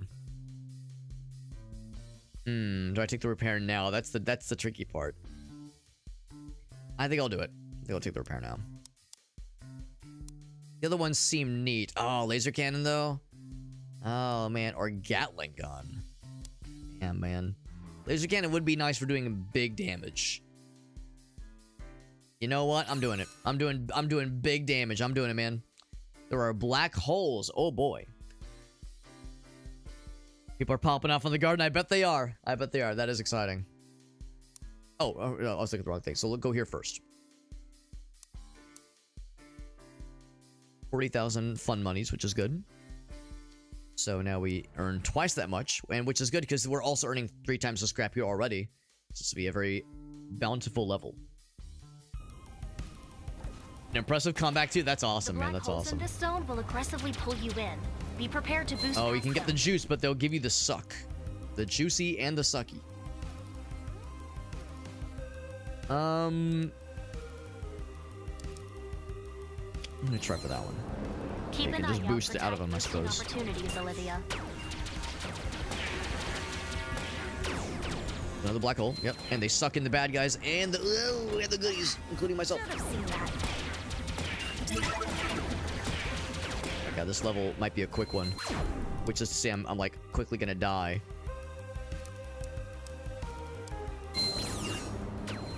Yeah, the suck is really hard to deal with. At the rate I'm going, I'm like having a hard time killing bad guys because there are like so many obstacles to try to deal with. Hard to secure a dub. So much damage, my god. Oh, jeez. My combo. Eh. The black holes are fucking brutal. I wonder if there was a way to tell what it was going to be before I committed to this level. I wonder if I could have looked ahead. Gotta restore this hole somehow. Yeah, it's not. This ain't happening. This is not long for this world. It's a shame that these guys, the dudes with the lasers, that it's not just a one-time hit or like you take a little bit of damage and then you get some iframes for a second. It's like it's a constant drain. And when you're getting hit by it, it will like if you're getting hit by it for more than a couple seconds, it will just remove your entire health bar. Oh, boost. I'm dead. Yeah, so the black holes are awful. The black holes are brutal. And Act 2 is rough. Act 2 is brutal. Made some progress towards other goals, right? As we're, as if we have at least 5, well, I guess 3 more runs that end with us killing one boss, will at least unlock something else. But the meta progression is not, like, we're not talking, like, huge leaps forward, is the thing. Yes, there are locked upgrades, right. You're not, Samus, you're not authorized for that upgrade yet. Yeah, for one thing, there are eventually going to be other ships we can buy. But, there's mysterious milestones that we don't have yet. Doesn't tell you what milestone 5 is. I'm gonna guess it is something related to the story. I don't exactly know what, but some kind of nondescript milestone. 6 and 5. There's that. But when you go into the perks, of course, the good ones are the ones that are ship specific, but they're super expensive and not overly generous. It's not like doing a lot more damage or like that much better of a shield recharge. So it's kind of an odd. I would almost maybe say that the balance for this game and how the upgrade system kind of leans is maybe a little bit too much on the punishing side. I think for a lot of players, I would see I'm maybe feeling this myself. Playing this for 2, 3, or 4 hours, you're still staring down the fact that you're struggling against the second area. Anything after the first area. The first area is like pretty easy. First area is pretty easy and pretty like consistent to beat it. The second area is crushing. And looking at how little you get, how much you have to spend for very meager upgrades, it's kind of like oh my god, like what are you supposed to do here? It's pretty discouraging. So I would say I kind of understand why some folks kind of bounce off this game a little bit. They play it for a little bit, but then go, I don't know, and don't really stick to it necessarily. So actually, I didn't mean to click. What I want to do is do the energy recharge. But I would say the shield delay, or shield recharge delay being reduced would be a good idea. So that's probably a good idea. But that's all you can do. After clearing one act, that's all you really get out of it, unfortunately. I'm not sure what the microchip stuff is, and I don't know why there's a maximum of 66 of them.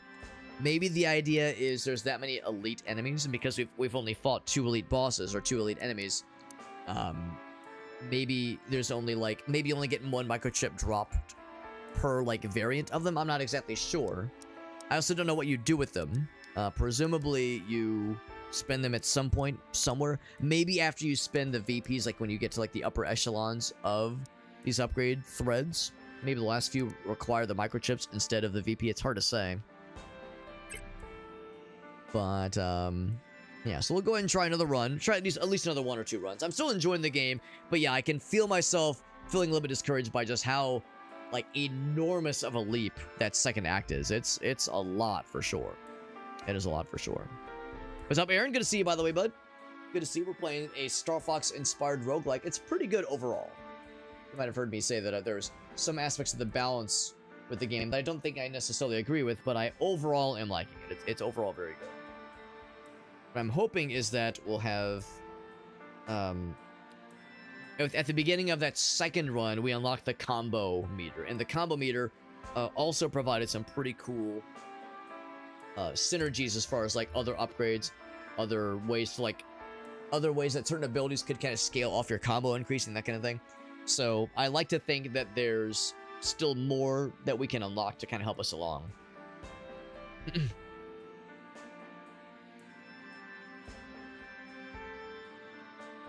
To see, yeah, Aleph does a pretty cool job, honestly. Yeah, I always like to hear about the cool shit Aleph gets to do. Sometimes it's sports events, sometimes it's concerts. It's pretty cool stuff, honestly. Pretty cool stuff. And then, what else? Hold on, there was another redeem. There was... Oh, the Hydrate Nut Dab. I always struggle doing all three at the same time. I'll try my best. Where'd my nut go? Here's the nut. Alright.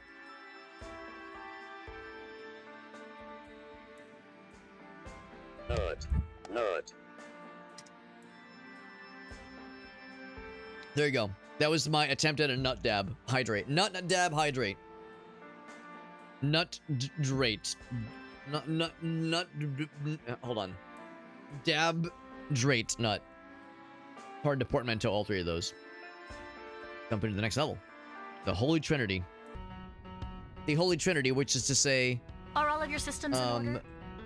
Well, it involved one hole. It involved one of my holes. One of many. I appreciate that this first level, that Act 1 has the, you know, legally distinct Corneria music. Not Corneria from Star Fox 64, but Corneria from original Star Fox. Which is, of course, iconic, even though I've never actually played the original. It is an iconic track, of course. I miss all my cool upgrades, man. I had some really cool upgrades last time. I was able to deflect the shots. I was able to absorb the energy. You know how good I had it, man. I had the increased magnet range. A lot of things going for me back then, man. Yeah, it makes me wish that there was maybe something, some kind of level progression that was something in between the Act 1 and Act 2 as far as like the challenge level, because Act 1 overall is actually pretty easy. Kind of getting slapped around here in this first level, but once we get some upgrades going, that'll make us feel a little bit better. Better magnet range, yes, good idea.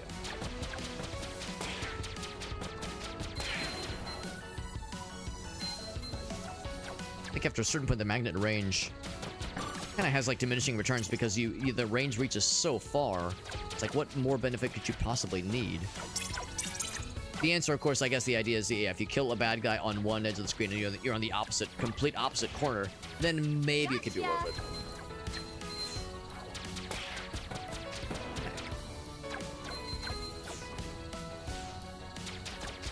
They're also only giving us the buggos. Notice that? They're only giving us the standard buggo dudes. Okay, they would have given us the tracks of the dudes as well.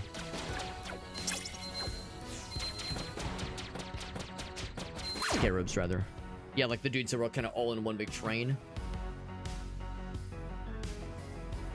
It's the main weapon. Well, that's actually what we did last time.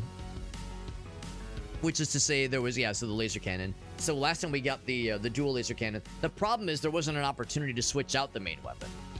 You can upgrade the missiles. The missiles are a little bit not the most reliablest, unfortunately. I mean, you get a refill if you get a combo of 35, which takes a long time. So yeah, we can definitely upgrade the laser cannon and whatnot, which definitely helps. I'm out. And it's nice, but yeah, I mean the main cannon is nothing to be excited about, unfortunately. Knowing that there is a dual option is nice. If we can get that sooner, that would be helpful for sure. What I really want is to get one of the other ships unlocked, because those do have different like primary weapons.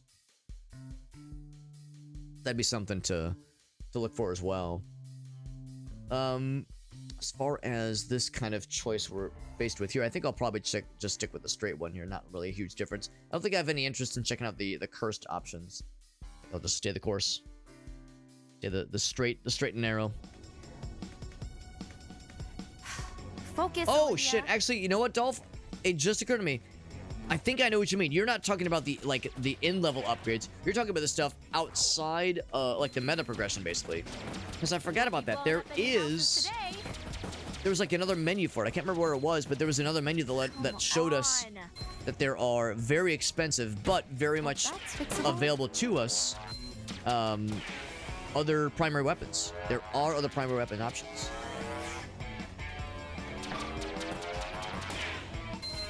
Guys take forever to take aim.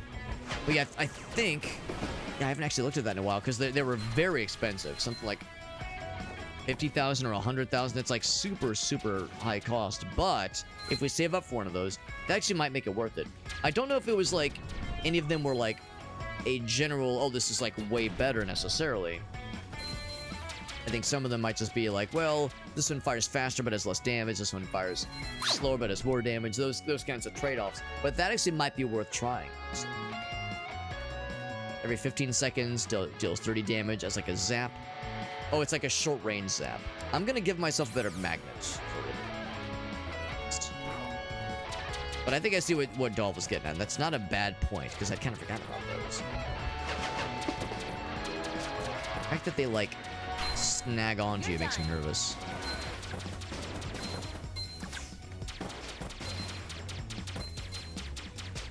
Finish this guy off if possible. Do I have any missiles? I do.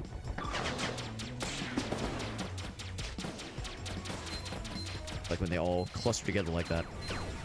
Lasers. Come here. Doing okay. Feels a little bit like Slay the Spire.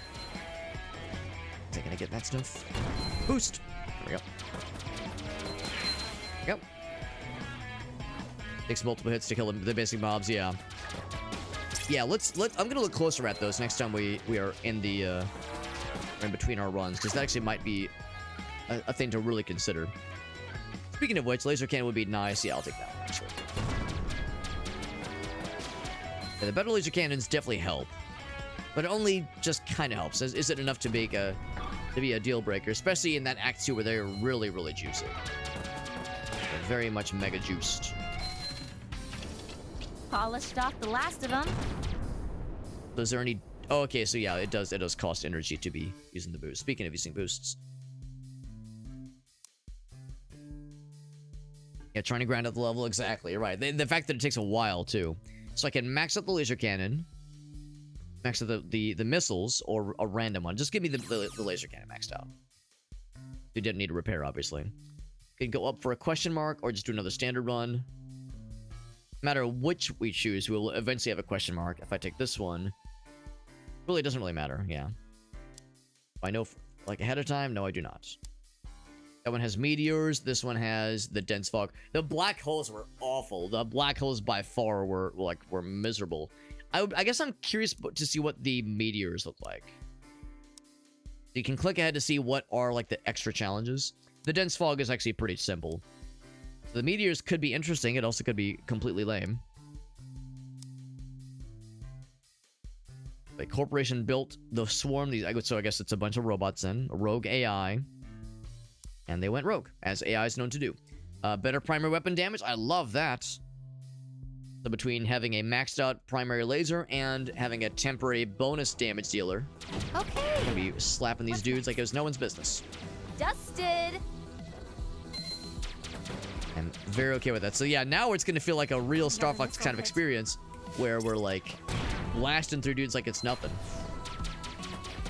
Yeah, in Star Fox you are... Oh shit, I was really paying attention to that guy. In Star Fox 64, especially if you have the hyper laser maxed out, it is night and day for sure. I need to be paying attention to those guys. I have it in my mind that I can just deflect their shots, and it does not work that way. I can, like, not take damage from them, but I can't just deflect them back, unfortunately.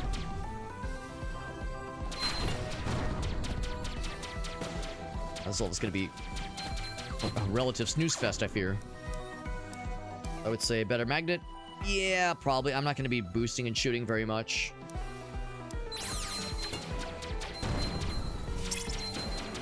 Yeah.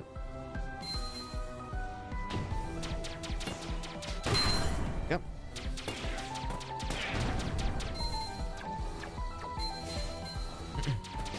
The barrel roll is ingrained into my brain. It absolutely is. Yeah, the barrel roll is ingrained into my brain, absolutely. It's the thing is, though, with this game, I'm trying to, like, rewire my brain to not rely on it so much, because the barrel roll uses energy, and it uses the same kind of energy as shooting does. So shooting and barrel rolling drain your ship's stamina, and it takes a second to get it back. I could re-roll, but it's the problem is that's the stuff we ultimately use for the meta progression. So I'm gonna not spend that, unfortunately. Kind of a bummer that the currency you spend on stuff like this cuts into your meta progression currency. I almost prefer when there's a meta progression currency and a currency just for this one run. I like that a little bit more. The boosts are actually kind of nice, though. Doing the barrel roll can suck up stuff. I don't think I'm quite as excited about that. We've already increased our magnet range anyway. Guess damage output is a safe bet. Your ship can only survive a small number of collisions. Wait, hold on, just so I'm clear. First shackle by boosting for a bit. Oh, okay. So I have to do it myself then. Does boosting for a bit. How long is a bit? That might not necessarily. It might be worth it. It might be kind of so-so. Here for a moment. Give my shield a chance to recharge.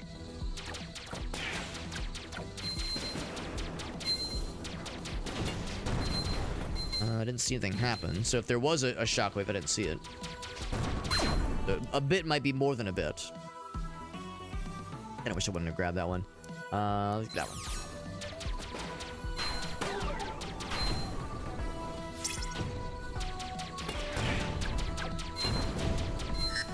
It's the thing, because it costs energy. That's the problem. You can't just boost for free. So yet another thing to kind of drain your energy reserves. I feel like you can shoot those shots out of the sky, which is kind of nice. Done. There it is. Okay, so it's like an AoE. It's kind of neat. I don't know if I love it, though. I wish I would have taken something else. Or would have been given another option, that is. Let's see what the meteors is like. I'm gonna guess it's an obstacle to dodge, raining from the sky.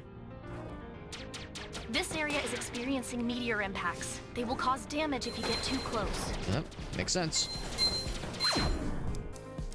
Or magnets. Or better max health. We'll take more magnet. But yeah, we're probably reaching the point pretty soon of diminishing returns here.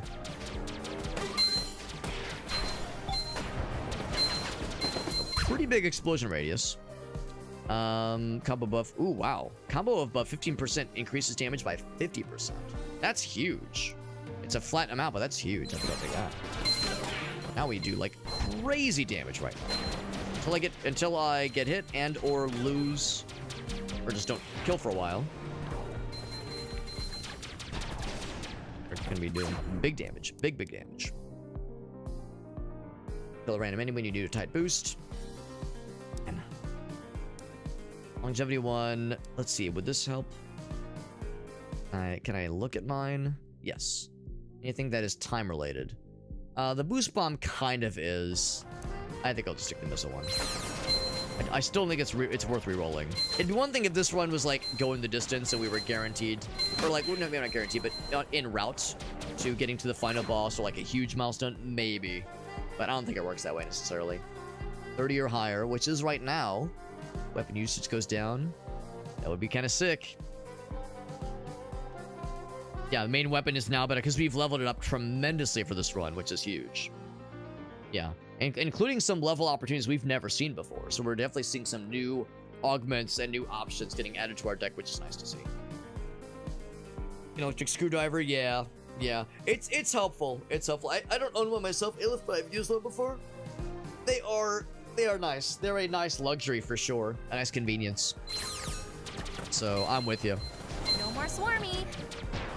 I'm with you. They're nice to have, especially if you know you're gonna be doing some pretty big like assembly stuffs. You know, you get something from IKEA. You got that credenza that just came in, so can't say I blame you. I want to use even more of it, or do I want to just give myself more missile fellers? Impact damage doesn't go up. The thing is, like, requires a pretty juicy combo to be able to benefit from, whereas this is always going to be a benefit temporarily, or potentially at least.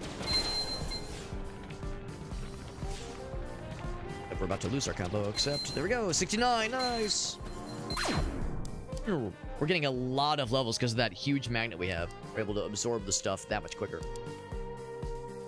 Speaking of, I really like that one. That one is tempting.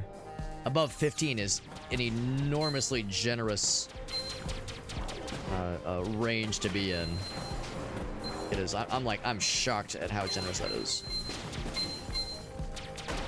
It's a huge amount too. 50%. Like, that's the first thing we've seen in this game that has like a big number like that, like a 50% juice up like that. You can even lower the threshold. Yeah, usually it's something like this. It's the critical hit chance goes up by 1. 10% is the max. You have to get 100. You have to get 100 to get that 10% bonus, which are almost 2 right now. It's not going to last forever, obviously. They'll lower the threshold for that one. Got the hundo combo. That's 100. That's all Pretty cool way for the level to end. Nice.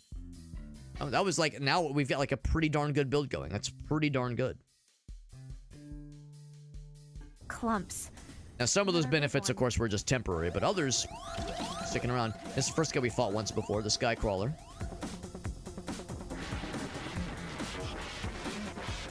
Ugh, so weird. She's not wrong. He is kind of weird.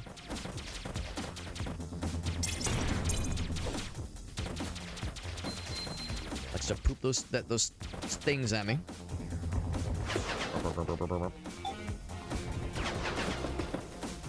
Fire the lasers. Just like the other guy. Not quite as girthy of a laser, but there's something to it, though. Poops out those things. Well, expensive. Yeah, that energy recharge, or energy absorption one would really be nice right about now.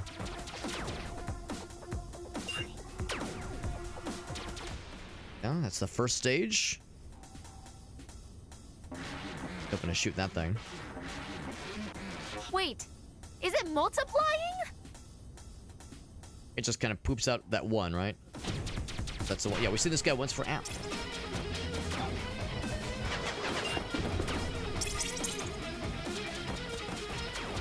I don't know if you have to kill both, but it is kind of nice to just be able to focus on one target. So I'll take him out first.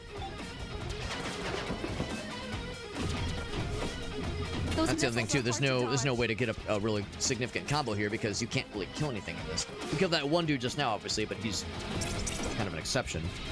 There's not really much other mobs to fight in these kinds of boss battle sequences.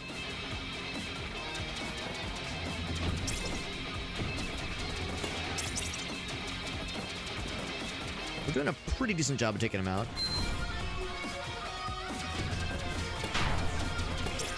We actually haven't taken too much damage ourselves. See, this is actually pretty alright as far as previous runs are concerned. This is actually not the worstest. Got it. The boost bomb one, yeah, the boost bomb one was like, that was kind of a waste. And the fact that it has now been added to our deck makes me a little bit sad. One sounds so nice. Tempting. Give me more missiles. Why the hell not? Combo damage. Really good. That's really good. That one's good too, but that one's so nice. On to Act 2, which scares me. Scares me big time. We're in a pretty good state. We're in a pretty good situation right here. Best build we've probably had in a while. Let's see. Although I'll what they feel a little bit throw better at about this if we can get that next. shield deflection stuff. And unfortunately, some things in our build have kind of been poisoning our deck of what we can find. That does limit. That is without having to spend a bunch on Did you see that? on rerolls, which I'm really trying to avoid. Speaking of things to avoid, I freaking hate this guy. Doing a lot of damage now, which is great. But yeah, here is where I was concerned things were gonna get a little spicy because I'm gonna have a much harder time getting and maintaining combos because I'm gonna be getting hit a lot more often. Inevitably, I'm gonna have a harder time with some of the stuff. Unfortunately, our we've leveled up the missiles a lot, but they do so much less damage than our standard shots. They're not really as reliable as they were at the start. That is one issue. Just lost the combo. Rapid fire combo shooter. Let's see. Every 20 combo levels for 10 seconds. Yeah, it's the thing. It's only a limited time offer. I mean, it sounds great, but every 20 combo levels, I don't know, man. I think I'll stick a rapid fire. It'll still cost the same amount of energy, unfortunately. So it's not like really a huge upgrade, but I think it's still worth it. You can definitely feel the difference.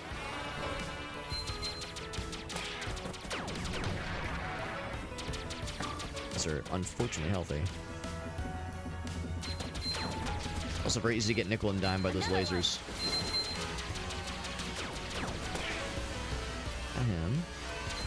Ooh. Need to like kind of fly underneath or just above. So doing fairly well, all things considered. We've managed to only sustain a little bit of damage. Not the worstest, not the bestest, but not the worstest. We're able to kill those guys real quick now, which is good. So yeah, there's less of the laser guys kind of languishing and chipping away at us, which is helpful. Like those guys pop no matter what you do. You need to be cautious in the Again, I can't deflect those. I mean, I can deflect them, but I can't. Oh shit! I can't reflect them back to their sender. Return to sender. Hockey puck guy right here. There we go. Not too bad. Not too bad. Got his ass good. There's the deflector one that I like so much. Or do I make this a lower hanging fruit? I think I'll take the roll deflector. If not just for the energy cost that you gain from sending something back to sender. I'm not really even concerned quite so much about the damage you deal when you deflect something. I'm more concerned about absorbing the energy. That to me seems like a more worthwhile venture. Please mind your wings. Thanks, lady. I'm trying. As if I'm not aware. Of course, in Star Fox 64, you could famously break your wings, which sometimes would be miserable. Some kind of fusion upgrade, that'd be cool. That'd be cool. Have to upgrade the stuff you choose. Right, that's ultimately what I'll have to do, is at least if there's nothing else to select from, obviously. Get a big dinner. 36 hours? Oh, man. Oh, I got you, Shakta. Yeah, well, you know what? All jokes aside, that's a very responsible thing to do. I applaud your responsibility. I mean, I'm not too far behind you, man. It's only a couple years before I will have to start getting that myself. So I know it's coming. I'm not looking forward to it, but it is a responsible, health-conscious thing to take care of. As much of a pain in the ass as it is, I've actually heard that it's not terrible. I've heard that we're, of course, referring to colonoscopies. I've heard that colonoscopies are not miserable. They're so routine, and they're again, it's the right thing to do when it comes to detecting anything in there that shouldn't be there, because those things can be hard to detect without a colonoscopy. So pretty routine. It's you know, it's such a non-disruptive thing to experience, generally speaking.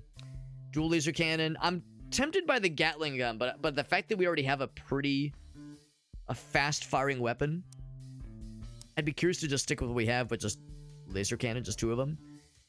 I guess what I'd be curious about is, I wish I could see, like, yeah, what are the details of these weapons? I can assume that Gatling gun does less damage, but fires quicker. Burst blaster, I guess I don't know. guess I don't know. So yeah, I wish I could like look at the details. Like, give me the deets. But I think I'll just play it safe and stick with one we know. The devil we know. That's what I've heard too, shock value. I've heard like it's unpleasant leading up to it, but I've heard that like once it's actually go time, it's really nothing to be worried about, honestly. Yeah. So Chuck can confirm, yeah, that it's not very painful. Yeah, that's awesome, man. I'm glad that it's relatively reasonable, all things considered. Definitely not taking that route because the black holes are the fucking worst. Gonna avoid that like the plague. I think we'll just take this one. Upper endoscopy, is that where they go up the nose and down the throat? Because I've had that like 3 or 4 times. I've had that a decent number of times. Back when I had my polyp surgery, the polyps I had in my throat, in my thrussy, they had to use the endoscopy to for one thing detect the polyps, and then like first like confirm they were there, and then the second time was to see if they'd shrunk it all on their own, and then the third time was after the surgery to confirm that they were down, which they were. Too easy.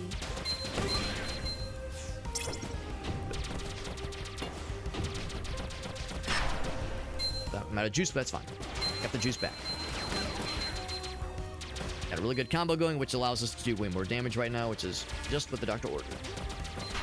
Doctor ordered that I do a lot of damage to these guys. Big fan. Rapid fire. Yeah, I'll take that. Shoot real fast. Something that would increase our energy gains would be helpful too. I lost the combo because it was kind of slow. Thought that was a bad guy for a second. That thing launching towards us. Panic thinking it was something evil.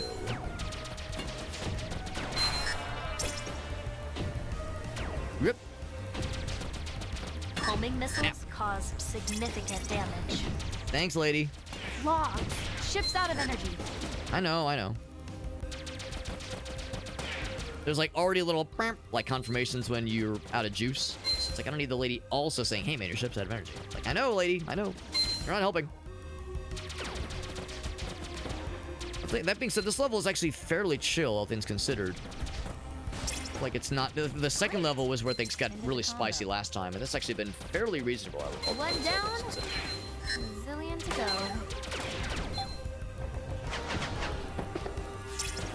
Go. Ghoulies can level up, or more of that combo damage. Lowered down to 10 instead of 100. They blow air inside. Oh, I didn't have them blow air inside. When they did it to me, it was just with the camera so I could look to see what's inside there. See what's inside. I mean, maybe there was air as well to dry things out, but I don't remember any air drying, air blowing aspect. It was more just the camera just to scope things out. That's the main goal. You wake up and you're completely fine. Yeah. I mean, I know people that don't even they elect not to be knocked out for it.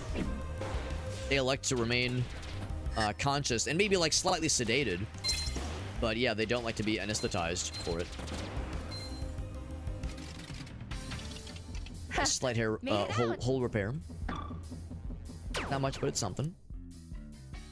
Yeah, in fact, I think a family friend of ours was saying that like he actually prefers to be like a local numbing agent, but doesn't even like to be loopy at all. Like not even like sedated, just a local numbing agent, but otherwise be completely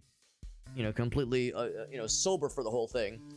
And he was telling us the story one time. He's an old family friend of ours. He was telling the story one time where he was just kind of making casual conversation with the doctor while the situation was going on, and he was saying like as the procedure was going on, he felt like like I might need to like take care of something. Like this is I'm feeling like a certain gastrointestinal activity. Like and he was like trying to keep his cool, and he was trying to like hold together and be like, I'm just gonna get through it. It's fine. But like the longer it went on, the more he was like, this might be an issue. And after a certain point, he thought to himself, okay, I need to tell the doctor. And as he like was just about to say, Doc, I think we have a problem, the doc was like, all right, we're done. And yoink said out, and everything was fine. So like he like came with a hair's breadth from being like, Doc, I'm about to shit, maybe not my pants, but shit the scope. I don't know, man. Like things are getting weird. But he said that at the last minute, everything was fine. So, and it's stories like that make me say, maybe I'd want to be knocked out. Maybe I'd want to be cognizant for this. But yeah, some folks are completely okay with it. You're like burping the stuff out. Yeah, I didn't have that, thankfully. I didn't have that. They did that for the wisdom teeth. Yeah, they did. I did get knocked out entirely for the wisdom teeth removal. I did get, yeah, for when I got my wisdom teeth removed, they did anesthetize me completely for that one. I definitely didn't want to be awake for that one. Better than a colonoscopy. Well, at least a colonoscopy is like a fairly, you know, routine thing, and we should all be so lucky to be old enough to require colonoscopies, because for most of us, it's when we're in our 40s or higher. So for some of us, I mean, you know, some of us, like Chuck was saying, he's already had them before. Others, like Aaron and myself, Aaron, you're still a ways away, but I know myself, I'm not too far away from hitting that number where I'm gonna need them. You know, some folks for health reasons might need them even earlier in life. I've got a buddy of mine. He is from high school. He has Crohn's disease. And I don't know if he has to do colonoscopy specifically, but he has other gastrointestinal things he has to have checked out on a more regular basis than the average bear would necessarily. Mine was just for fun. Yeah. Yeah, mine was just some back alley. It was just some guy in a van. Oddly enough, he paid me to do it. It's really weird. It was really weird. Oh, now we earn more of the stuff. And we earn 2 times the scrap here anyway. I'm kind of curious. Do black holes earn you even more? Black holes earn you 3 times more, but they are miserable. I hate the black holes, man. They're so dangerous and so spicy. And the fact, I don't know if it's an instant kill, but it's a crazy amount of damage when we get sucked in. All right, let's go. A crazy suck. Oh god. God, those guys. Look at that. He just did like 60% of my health bar in a single hit. Those guys are the fucking worst, man. You guys are the goddamn worst. And there's not a ton of healing opportunities. Thanks to they can spot you before you can spot them. That is scurry. Come on. We're just constantly running out of energy in here. And I've upgraded the energy quite a bit. Just the overall meta progression is still very meager. Yeah, our DPS is great, but I'm having a really hard time keeping up with the energy requirements here. Might be where our run comes to its conclusion.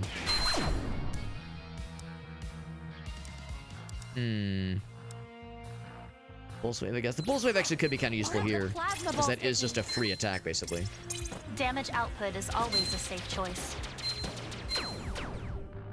Not really a damage output, it's more of just a kind of a bonus attack, basically. Don't actually love it, but out of all those other choices, it seemed like the least not good. Oh! I hate these guys, man. It's really a bummer. Like, I think of Star Fox, and again, I'm gonna harp on this a lot, but in Star Fox 64, when an enemy like that hits you, it's not like there's iframes. When you get hit by something, you go brum, brum, brum, like there's like a shake, and you glow red for like a little bit. In this game, there's no iframes, and you get hit by something like that, it says ba ba ba ba ba ba ba. It like if you're hit for like a second or two, you just go from full to dead. So it's really a shame that those guys really fuck you so bad. Voice forms to unlock the Crater Missile milestone 1. Okay, so those are the milestones then. It's like an overall progression meter.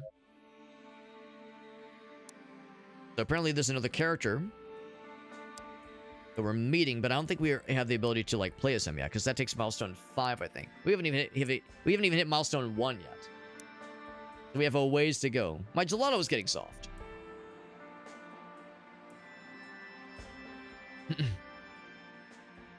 The upper endoscopies, yeah. Is that the one where it's like up the nose and down the throat? Because yeah, I've definitely had that once before. Well, a couple times before. At-home colonoscopy kit, as seen on TV. The anesthesia is just a heavy hammer. Mild bit of head trauma. New items. We got a new fella. Receive +1 options on the level up screen. Cool. That is legit helpful. That is very nice. Now that's to play as a different pilot, right? So more level up options or restore more health. Probably restore more health. But that is nice that we got him. Guess we progressed the story a little bit. Got a lot of fun monies over here to spend. There's the Burst Blaster. A spread of bullets does more damage up close. Huh, damage up close. I guess like a shotgun. So I can't get that one, and I can't get that one just yet. Here's about the Gatling gun for sure. So it's less damage, more energy consumption, worse firing rate. Ooh. Fires a lot of bullets, though, which is cool. I'll try it. I don't know if I'm going to like it, but I'll try it. And, you know, we'll try Max once as well. We'll get some different voice acting, maybe. We can't do any other missile options yet. Those are also unavailable. Those are unavailable. And also, yeah, no ship availabilities yet. We haven't even beat Milestone 1 yet. So still with the basic ship. We'll do another run or two. We're still doing okay here. Kind of a shame that, yeah, the weapon options... I don't know. I've honestly, looking at these two, I would prefer the laser cannon, but we'll try the burst blaster. See what it's all about. Maybe it'll be a little bit juicier once I see what it's like once it's in action. Otherwise, we'll spend some stuff. And I think what I actually might do is say the multiplier. Do that once. So expensive, goddamn. Can't do the crit chance either. Can't do really much else. Shield capacity. Do I want an upgrade from 0 to 1? Sure, I guess. It's better than nothing, I guess. If we beat one more boss, one more elite fellow, we'll unlock whatever this is. I'm not sure what that is. Oh, just kidding. We need 2 more. We need 2 more. Not at all. Let's fucking do it, baby.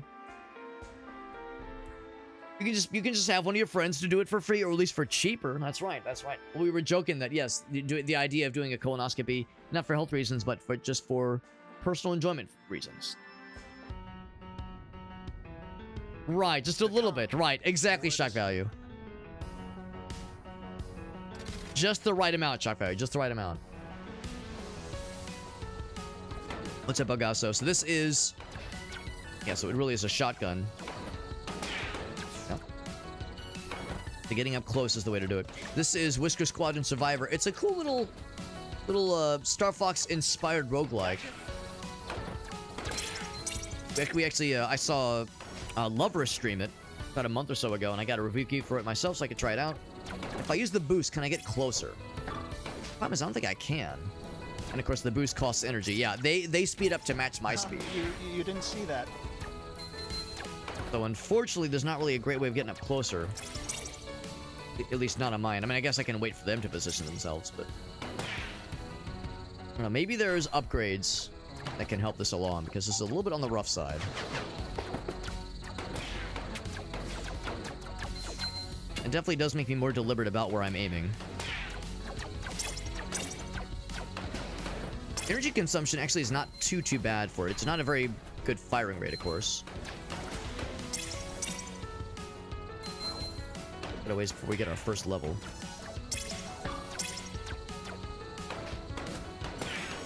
That's one. Yeah, the unpredictability with where the shots land makes it a little bit tricky. I'm hoping there's like some kind of upgrade thread that can make this a little bit nicer for us. So more damage per bullet. I mean, that helps. That helps. That actually makes each bullet do the same amount of damage as the starting blaster. He of course has more level up options, which is neat. But no built-in hull repair, unfortunately. So he's the only repair he gets is the stuff from visiting the shop, the stuff from beating a boss, and any sort of like hull repair options or like level up augments, basically. Up back, there we go. All right, I suppose just one.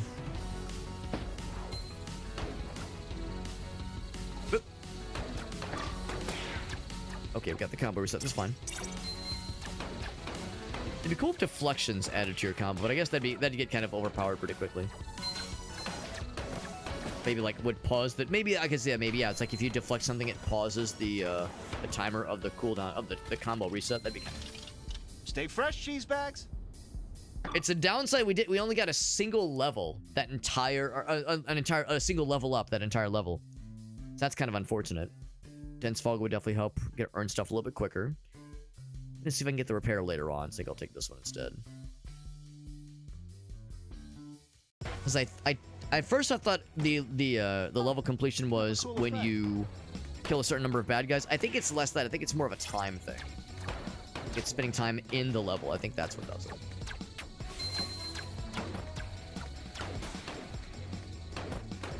My magnet is not very high power right now either, so my reach is quite limited.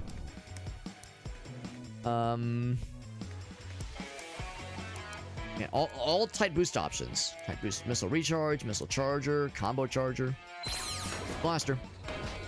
I mean, more damage is good.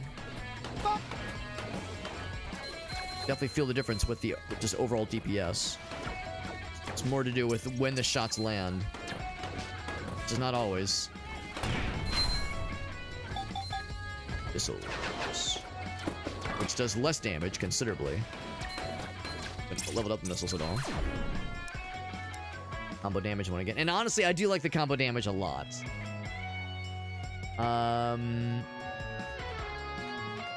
For 5 energy each crit. That actually sounds nice. We don't have a great crit range.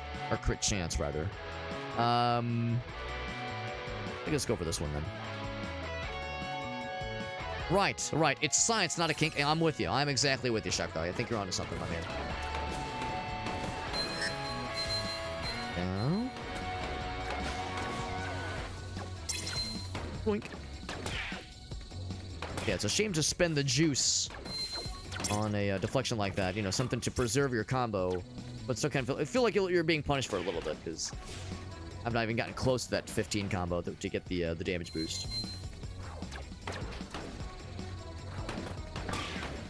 Yeah, the unreliableness of this weapon makes it that much harder to land your shots. Hear the kills.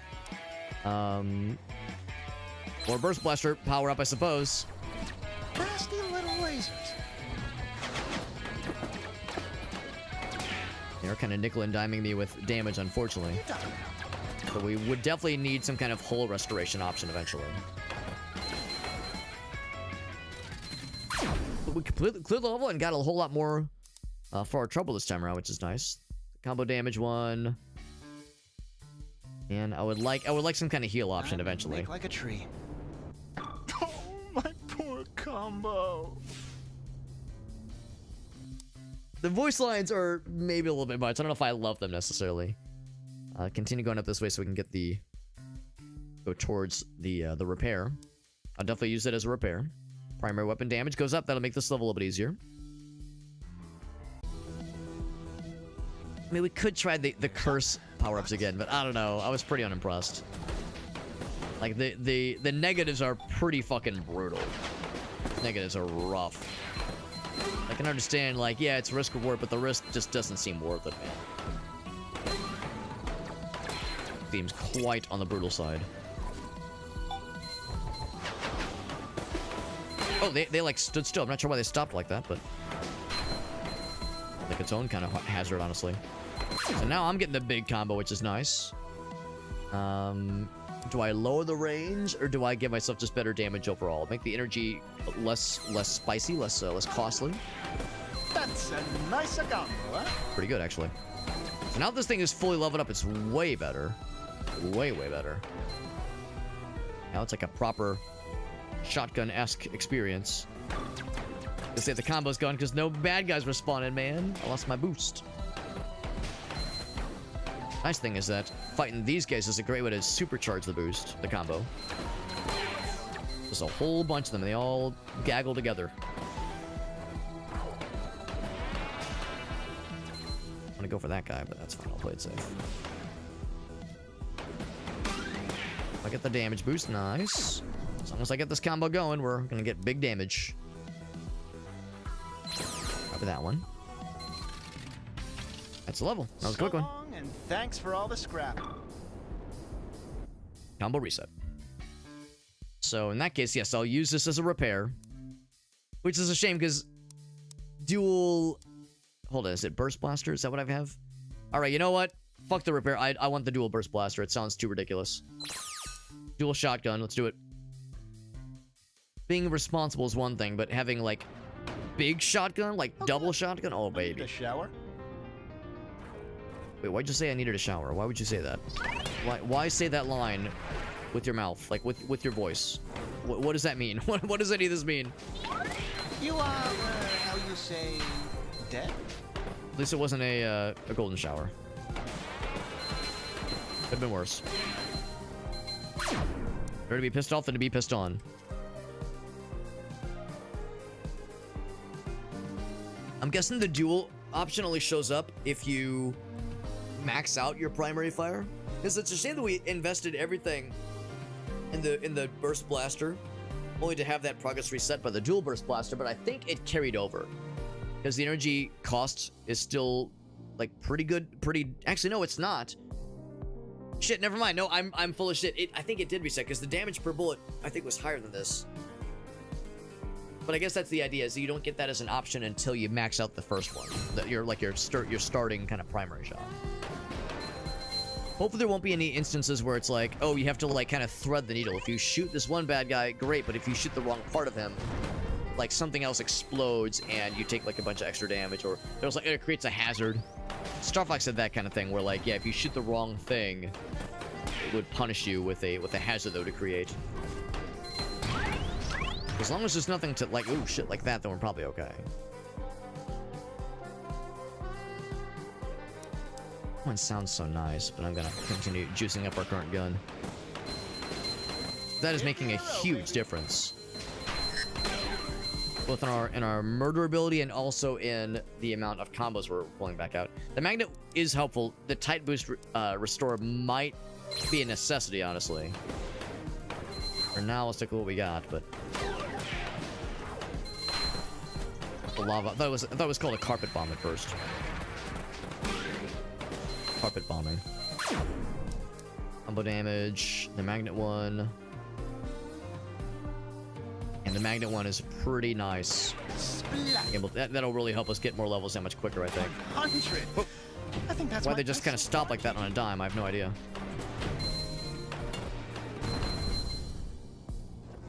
With the dual shotguns, we really are shredding them, which is nice.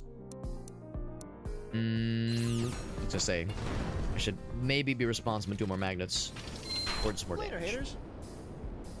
For 9 combo, it's pretty dang good. Pretty dang good. Right, on to boss level. Is it going to be the Crawly Boy or the... For men of valor to arise! Yeah, it's the Crawly Boy. So maybe it just toggles back and forth.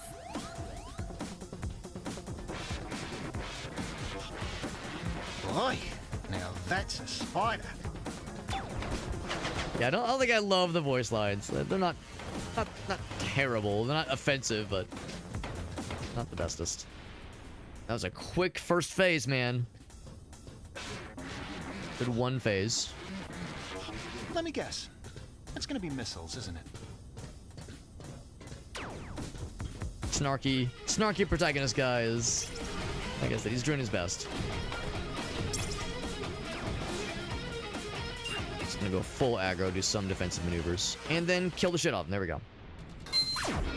Did get a full heal, which is good. I would say, yeah, that one. Can I get a triple shotgun? Is that an option? Probably not. Yeah, honestly, Aleph, I was not so sure. It was really rough at the start. But it's definitely making it's earning its keep, I would say. Now, how will it do in Act 2? That's the question, of course, because we keep getting really, really fucked by Act 2. Is that an Independence Day reference? Like, what I can only guess. Only guess that it's an Independence Day reference. Meow! That's a reference to the fact that he's a cat. It's energy suck, man. Those energy suck guys are the worst. The ones that have hacked me for so many times. I'd have like a nice amount of health, and those guys would just give me a big suck, and it makes me so sad. A saddening suck, the worst kind. Lost the combo. That's fine. That's fine. It was not a very big one anyway.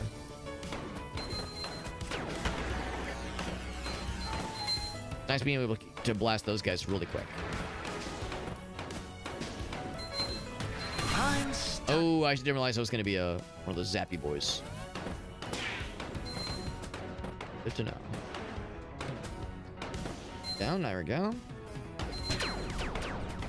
Of course, the cost to get a to earn a level goes up significantly, obviously. We're getting a lot more experience, but we need more to meet that high, unfortunately. Yeah, that's the lightning. Yeah, that's the part that's brutal. Yep. Oh, actually, we did not lose the combo by getting a bump. Oh, okay, I lost the combo there, unfortunately. Don't forget to block. Trying my best, lady.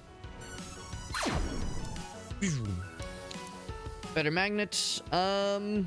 Yeah, probably. Although these levels are a lot more linear. Or maybe not linear, but a lot more narrow. Not a lot of times you're killing something kind of on one side. But flying on a different side. Oh, shit. Must regain energy. This guy is starting to become a little bit annoying. He's trying his best. I respect it, but oh, man. I'm looking forward to going back to the previous lady. I'd be tempted to stick with the same gun, maybe. I would be tempted.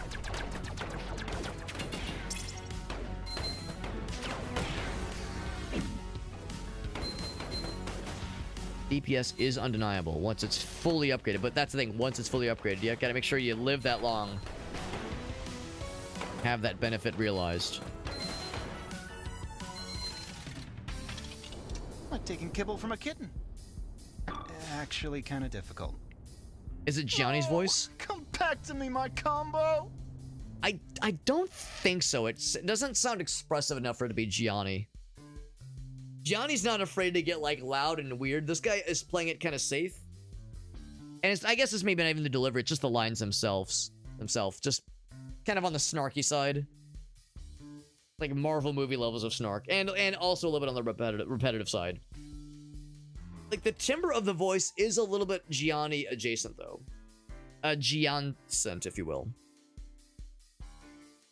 So yeah, probably not going for this one because that one's scary and has no repairs in that path. I'll probably ultimately go towards these, but that one's got black holes and that's the worst.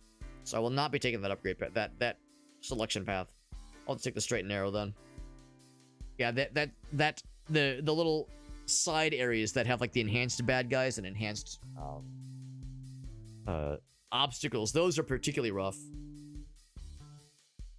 Because the black hole ones in particular are the worst. The big VP bonus, nice. Give me the whole repair. No other options for the current weapon loadouts, unfortunately.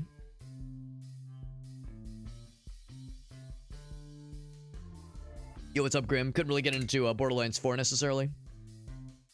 I've heard really good things about the Borderlands series, and yeah, I know that like there's definitely a lot of snark in that series. I think snark can be fun.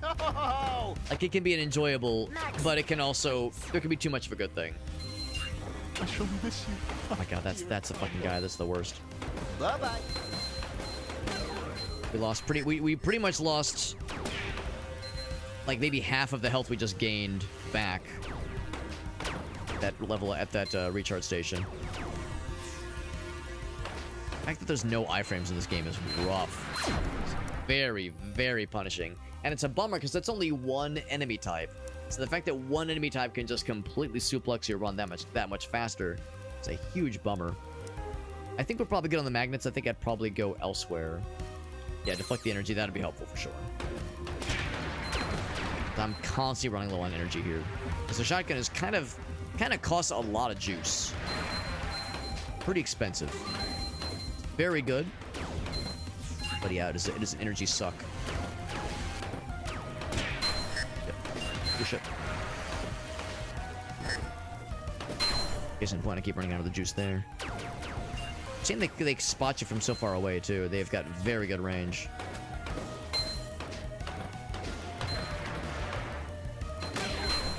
Definitely things I like about this game. There's other things I find myself kind of being like, man, I'm kind of surprised. See ya. Wouldn't want to be ya. That like certain things about this game presumably were things that early playtesters saw and didn't have problems with. Like I'm surprised that the lack of iframes is not an issue, or wasn't enough of an issue, you know, to have caused a stink originally when the game was going through playtesting, going through early access. A little bit baffling. I feel like that's usually how it goes. It's not like the developers aren't aware of it, or that I'm the first person to notice a thing like that. Usually it's more of a question of like, you know, was it enough of an issue during early playtesting, during early access? Better luck next time, buggies. Brutal. Is this the only map aesthetic for this act? Yes. Each act has a specific aesthetic that is that is assigned for that one area. For the first one, we kind of saw like, well, I guess the color can change up at least. About this one. I think this is where we died last time. for the last run ate it. Because I do remember this kind of color scheme. But yeah, the same kind of vaporwave aesthetic. It's going to be here for the entirety of this act. I like the first act aesthetic a lot better. I think I was saying earlier, I think the vaporwave aesthetic is a little bit tired when it comes to rail shooters. On the one hand, I understand that that is the classic. You know, when it came to original Star Fox, this is how original Star Fox looked. You know, wireframes. It wasn't called vaporwave. It was just what you could do on the Super Nintendo back in the day. Oh, no energy. Death cometh to all.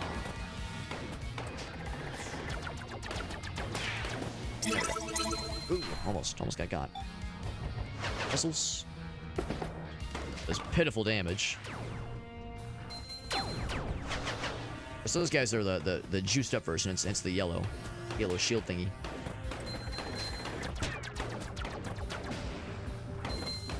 For bombs, please. I said that too late because he still threw one at us. Yep. This is still our best run so far, though. Although I still feel not great about certain aspects of our build. Been pretty okay, all things considered. There we go. Big damage there. Probably that one.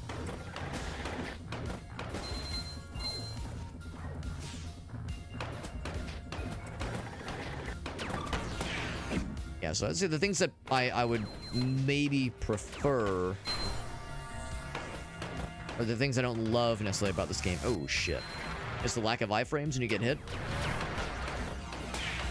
And also, I still just, I understand why they did it. I understand why they had barrel rolls and shooting drain from your ship's stamina, from your energy. Like, I understand why they did it that way. I really don't know how I feel about it, though. Because on the one hand, I can understand that as a balancing mechanism to make sure you're not just, like, rapid-firing constantly. I don't know, man. At the same time, I don't think there's been a single Star Fox game that had some kind of, like, oh, your weapon is overheated, you have to, like, let it cool down, or, like, you can't be... Like, you know, there was an innate limitation to how much you could barrel roll, because there was, like, an animation that had to finish before you could start the next barrel roll, and there was like that little window where you were still vulnerable. So I feel like that was probably enough to prevent you from spamming it too much. I'm guessing they probably during playtesting, maybe Let's do this again soon. some like folks were just getting too far into the game too early on. They were like people were like, man, this game's too easy, and maybe that was the way they could limit the difficulty. Star Fox does a bunch. Well, Star Fox 64 definitely does. Original Star Fox, like Super Nintendo Star Fox, was quite a bit more limited. This is more Tron-esque, yeah. The chain lightning can be good. The chain lightning is good. We had that with one of our first runs, and that's good. But it's only good when you of course secure a kill. Obviously, all things have to happen to make sure that that works for us. The meteors are tempting, but I don't know if I can be trusted with being able to survive more than just the basic stuff that's happening, so I think I'll just take the basic action zone. Yeah, the original Star Fox was definitely much more limited. To your point, there were other biomes at least, but the presentation was definitely limited. But it's a Super Nintendo game, you know, what are you gonna do? They did the best with what they could.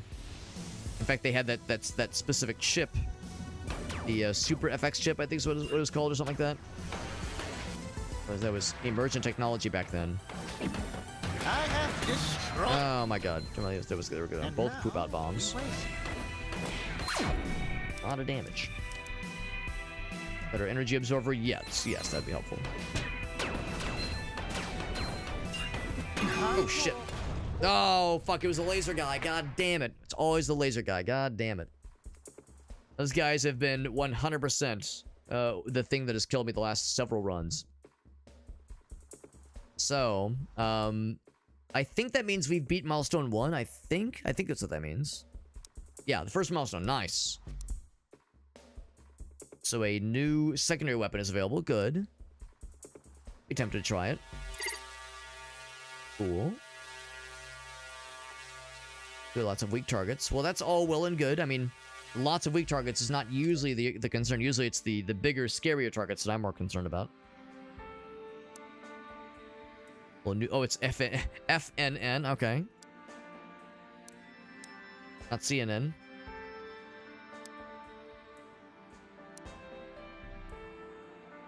A little bit of lore then. The training simulator. Okay. Challenges. Challenges. I wonder if there are rewards for doing such things. Challenges screen, the main menu. Okay. 10 scarabs in 80 seconds. Deflect stuff. 20 swarms. Okay. What's the little challenges? So that was this thing. Practice core skills with special challenges. Before I forget, I will try the new missile launcher. Expensive, but we can afford it. I'm also gonna go back to default lady, because the more upgrade options is nice, but I really miss her ability to heal. I feel like her voice lines are maybe not quite as repetitive necessarily. Stick with the burst blaster for now. Whole bunch of easy challenges. Okay. And I wonder what the reward is. I guess there's only one way to find out. I guess it's truly just to hone your skills, or is there a benefits to it? Looks like they do predetermine your route or your loadout. One sniper. Kill 10 scarabs in 80 seconds. Easy. Probably it's easy. I'm on a roll. Alright. Scarabs need to spawn. There we go. Out of energy. Out of energy, yep. Very familiar. I don't know if leveling up is really helpful here, because I don't know if we're gonna have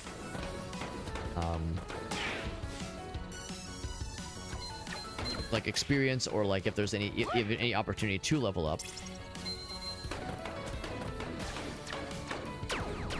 4/10 the way through, which is to say 2/5. And there goes my combo. Not too worried about losing the combos. There's no augment, so there's nothing like scale off of said combos. I guess taking damage also is not the end of the world. Laser hit me. Again, no iframes, so that's potentially a little scary.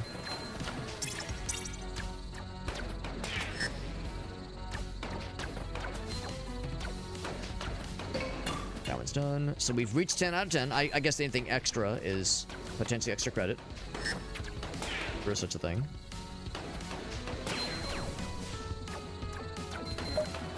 Boy, a lot of stuff happening. I'm getting pretty low on health. Trying to focus on the kills. Not as much, since this is a limited time kind of situation anyway. Oh, I'm dead! But we did succeed, though. Challenge success. High score. Cool. Alright. Did I earn anything for doing that? Did I, like, get some fun thingies? I'm at 63,000 right now. Okay, so maybe the stuff I earned there, I do get to keep, maybe.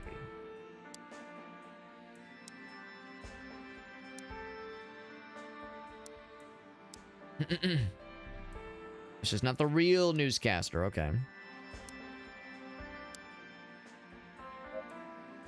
Okay, so we have 63,000 right now. I'm gonna try another challenge and see if I like keep something for completing these things.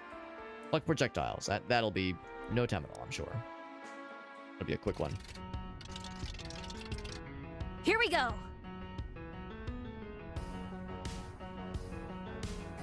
Here we go indeed.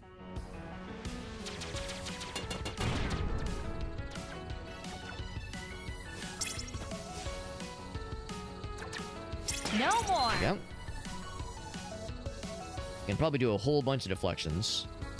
Close. Lost the combo. There we go. Probably get well above the 10 requirement. Especially because they gave us a pretty, like, juiced up shield.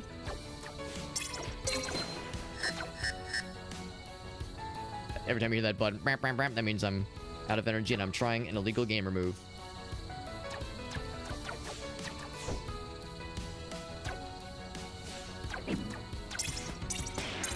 There we go. Triple.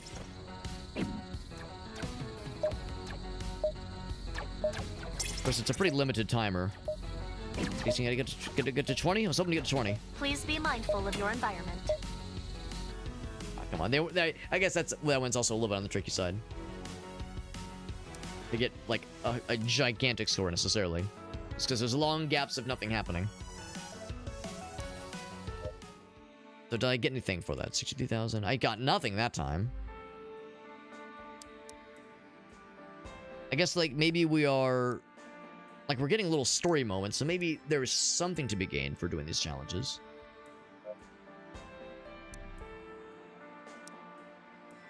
So kill 20 swarms. Okay. I'm guessing Meteor Mayhem is because there's meteors in this area. So, like, as a modifier. It's a good day to die. Wait, But for us to don't die? Really let me die, Gigi. Okay? Maybe make the bad guys die, but not us.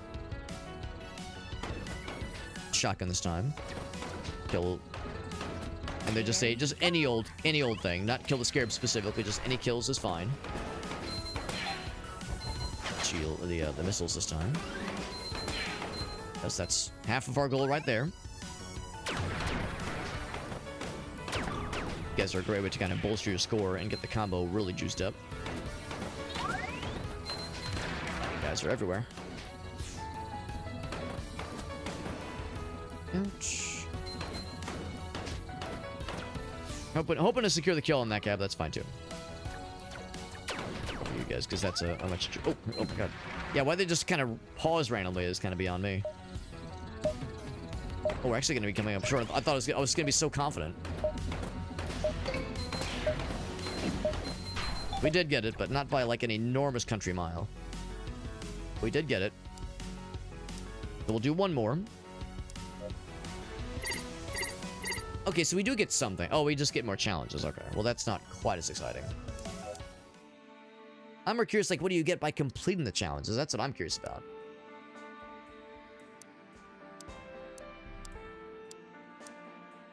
Do more tight boost to get that one unlocked.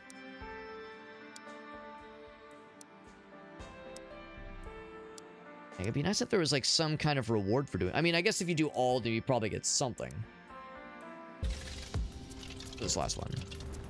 Ready a bunch of scrap. Haven't seen this one before. Maybe this is, like, the third biome. Third area. A little bit uninspired, isn't it? Just a bunch of cubes. That's it. That's the whole deal. Oh, these are scrap. Oh, okay. If I had to guess, this is probably more relating... Oh, there's stuff on the sides I should be getting. This is probably more relating to, like the bonus areas. The bonus zones. Like the warp zones, basically, in Star Fox. Because they also had, like, some kind of more limited palettes. Watch where I'm going. More of a simple presentation. Let's just go fast. Got exactly 90. Alright. Unfortunately, I don't think we got anything for the trial. Yeah, so I'm not sure what the purpose of that is. Oh, well, that's fine. I'm sure if you get all of them, you get some kind of reward. The good news is... yeah, I guess there's no different other guns to select from. We already have a new missile. Try. I will spend more to get that one increased. So we have a 2% increase to the amount of VP we're gaining. Just the level up fun monies. We still don't really know what energy recharge factor means. I'm gonna guess that means like it recharges that much faster. Go for that one. So 15% is pretty good, I think. A little bit on the late side. Let's do one more run and just kind of see how it goes. So we're probably not going to be able to unlock a new ship tonight, and we're definitely not going to complete all the challenges tonight, but we're getting a decent smattering of what this game's all about. I think we'll stick with shotgun this time. Gonna make this one count. And I think the hull repair at the end of each level really is going to help with just kind of overall sustainability. I'm hoping we can maybe get maybe a little bit further into that second biome. It'd be really cool if we could actually reach the boss in that second biome. That'd be really neat. Yeah, that'd be really neato. And I'm not going to be horribly heartbroken if it doesn't happen, but man, would that make me a happy Alex. To see the boss. Okay, so there's no lock-on for that one. You just use it, That one's more akin to the smart bomb from Star Fox, where I mean, I think you could lock on with the smart bomb. At least in 64, Star Fox 64, you could lock on with it.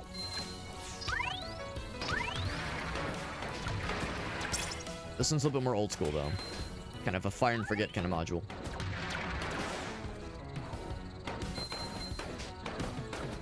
Of course, we want to prioritize, if possible, doing damage, because this thing is great, but struggles its first couple levels for sure. Energy's out again.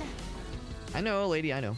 That was good damage. I don't know if it killed anybody, but it damaged a bunch of things, I think. Yeah, it did. It damaged things for sure. Weapon damage and holes low. I definitely don't want that. Can't afford a reroll, obviously. I mean, that might help for later on. I guess it's, yeah, that's the thing. It's helpful for later on, maybe. I think I actually will take this one. This one's always useful.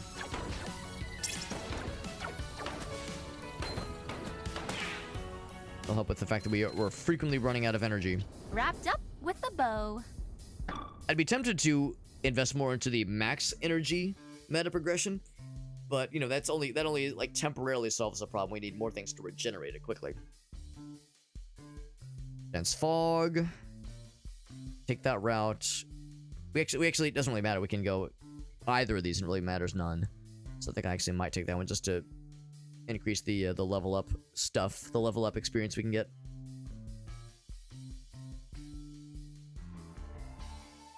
I'm maybe less inclined to go for the cursed options, so I'll probably end up going the lower path ultimately. In fact, that's the thing. If I took this one and then went down here, I could get 2 elevated experiences with, you know, which means the fog, which is kind of annoying, but we can deal with it at least.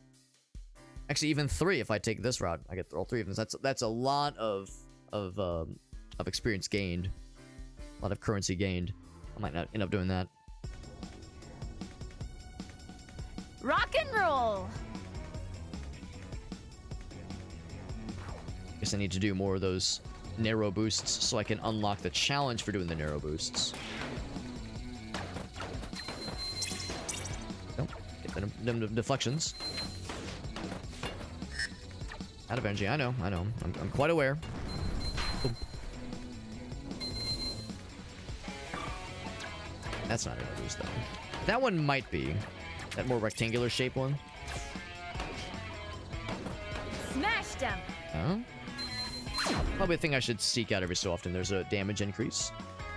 I do like that one. I like that one a lot, but I think I'll keep the damage increase. Just the effective weapon effectorizer. More effective.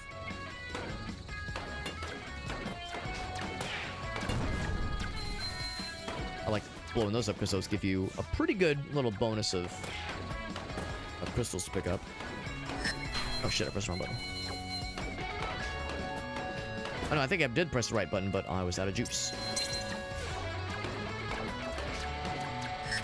Shit. Well, yeah, once again. Second time that happened. I realized when they ran into walls that they died. I just figured they would just go through the walls. You guys fly into the wall and explode. Oh shit, speaking of flying the wall, damn. Should have seen that. Stupid of me. Like, I had completely... the horse blinders on with that guy. I was so focused on him. Does sound nice.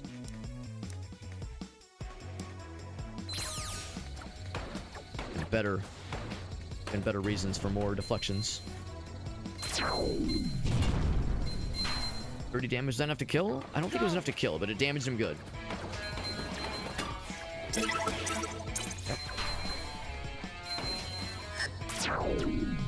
Did it hit? Oh, it hit him directly. It still didn't kill though, man. That's a hard shot to land, so I would hope it would do more damage than that.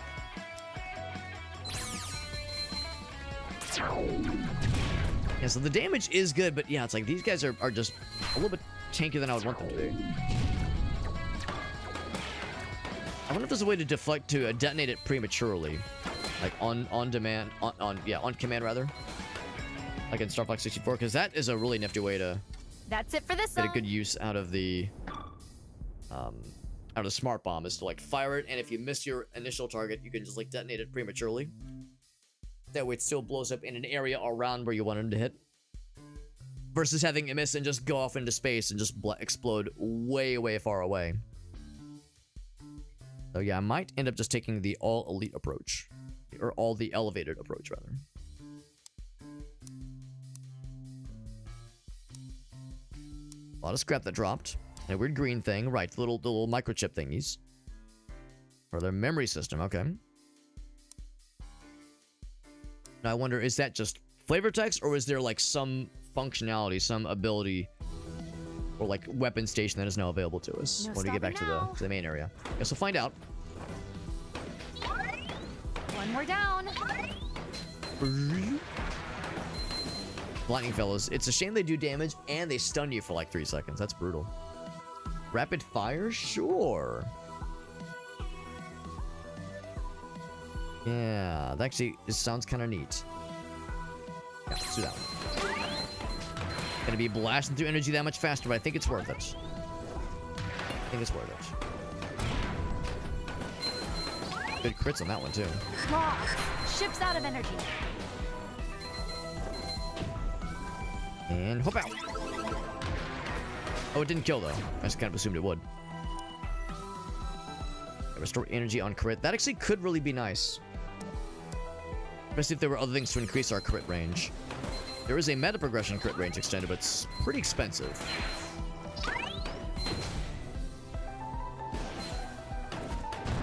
Maybe other things like during the run. This would be nice. 20 damage, 20 damage, 20 damage. So that's good damage.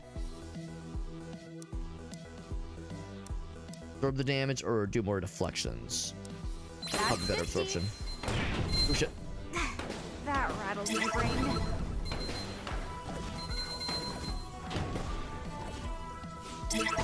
Yep. Oh, I should have grabbed that last one. I just saw him kind of out of the corner of my eye. A little bit too late on that one. The magnet would be nice. Oh, more rapid fire sounds nice too, though. Oh, never mind. That's roll magnet. That's not the kind of magnet I want. Give me more rapid fire. Easy.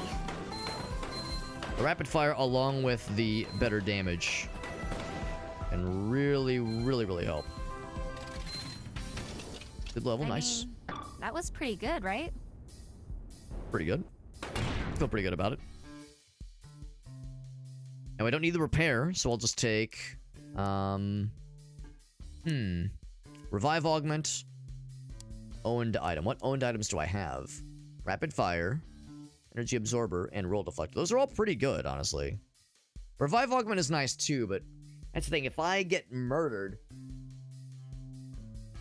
when I get murdered, I don't know if that means like, I don't know if an extra life would make that much of a difference. So, I don't know, man. I think I should just go for a random owned item. Energy absorber is upgraded.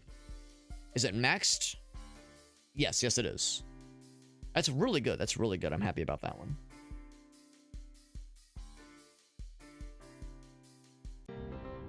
I mean, I would have preferred some of the other ones, like the rapid fire would have been nice too, but Let's do this. beggars can't be choosers. I don't know if the blaster itself is maxed out. I guess that's not an owned item, it's just a part of our ship. Kind of different. I can't kill all of them. Speaking of rapid fire. Yes. Yes. The shockwave fellas. Yeah, the pulse wave. Get him out of here. I thought I could reach both of them. It's ambitious.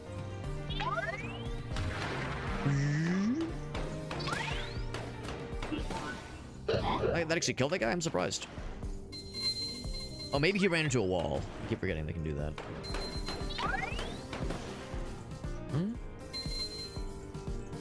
It's like this whole level, I guess. It's just little bomb fellas. As much overall experience just in general. Oh, shit. Hate this. That's a lot of damage, too. Look how much that took out. I was at full health and full shield. Slam me really good. Ooh, there we go. Yeah, that's what I like to see. Hull restoring pickups. That actually would be huge. I tanked it. Yeah, I didn't want to. Tank it. That actually would be huge, honestly. That would be so nice, because then we have the opportunity to get the equivalent of like silver and gold rings, probably more silver rings. I like these other ones too. I mean, I really like that getting leveled up more, but I think I'll take that one. That can be really good for longevity. We're not going to really need it for this act, most likely at least. But I would say they'll make Act 2 a little bit more palpable, I do believe. Or more able to be palpable.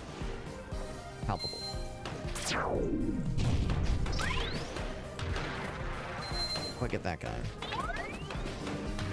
I'm constantly unimpressed by the damage this thing does, but the range of it is really cool. And it looks great. It's like satisfying launching it. And it's kind of nice not having to mess with like, oh, I gotta like get the lock on. I like that the missiles lock on. I mean, they're more effective that way, but it's kind of annoying having to like do the setup for it. Speaking of setups. There's no benefit to doing that, but it makes me feel good. Makes me feel big penis. Oh, increased combo for every projectile deflected. I was saying how that would actually be kind of nice. And you know what? Yes, I will take that one. By one for every projectile deflected, which could get really, like, nuts later on, honestly. Really cool build is getting added to our arsenal. I don't know if these are showing up now because of just overall progression, or if these have always been on our deck and I just never noticed them before. Pretty good. It's pretty dang good. Yeah, a lot of things that are not helpful right now will become helpful in Act 2. Is your weapon loadout appropriate for this elite? I think so. Good enough.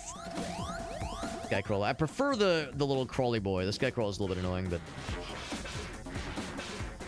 It's that giant grub again. Oh, I was hoping to do the boost. That's fixable.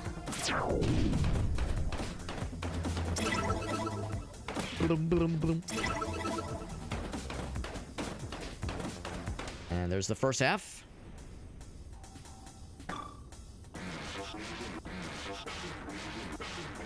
Don't forget to block the plasma balls. Thanks, lady. Don't forget to block your shut up. On. Push it. Can't really block that, I don't think. That's not really a projectile. It's more of a beam of sadness. Bump, bump, bump, bump, bump. Gone. Ouch. Boom, boom, boom, boom, boom. He's out of there. Full heal. Very nice. 2 for 1. Didn't get enough experience for a level, which is a little surprising. On to Act 2. I do feel like I'm maybe a little bit underleveled across the board, like just in general. Feeling good about this run. For one thing, we don't have nearly as much damage. By this point, we have the double shotgun, and it was mega leveled up. Maybe we could still get it, but we of course haven't found any way to get it from the shop specifically. Could still get it. It's far from an impossibility at this point. Increase it by 2. One step at a time here. There's really nothing that we have that benefits from having the cool combos. That one that says, like, yeah, if you get the combo up to 15, you get, like, a 50% damage bonus. Like, that one, of course, would be great right about now.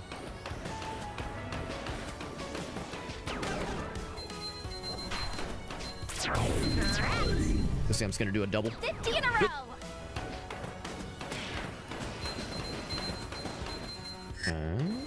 Another juice.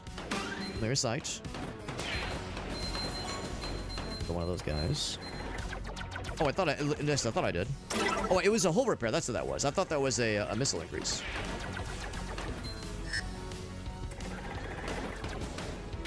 Oh, shit.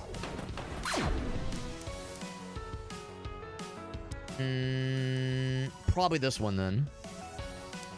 Leveling that one up sounds neat. The damage goes up only just a little bit, though, is the thing. Not a huge benefit. But that's what the plus sign, that's what that one is. That's wonderful to see, honestly. 1.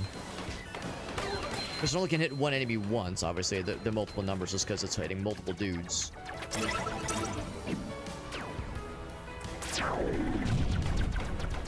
So annoying, they're so far away, and I struggle to reach them because I got the only survive a small number short-range weapon.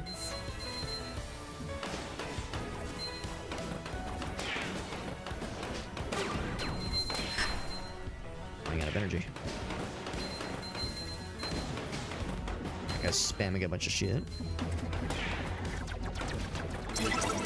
Get him real quick. I don't know if that's enough to kill. Too slow.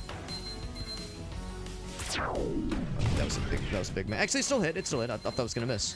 Maybe it does lock on. Maybe. Yeah, plenty of health, which is nice. Rapid fire. You know what? I think I will take this one. Remember to keep an eye I on definitely your want the one that increases our max up by a whole bunch, or damage up by a whole bunch. Yes, the range is actually pretty good. I think I'd underestimated the range. So maybe that's what it really comes down to. Damage is just kind of so-so, but it hits a lot of shit.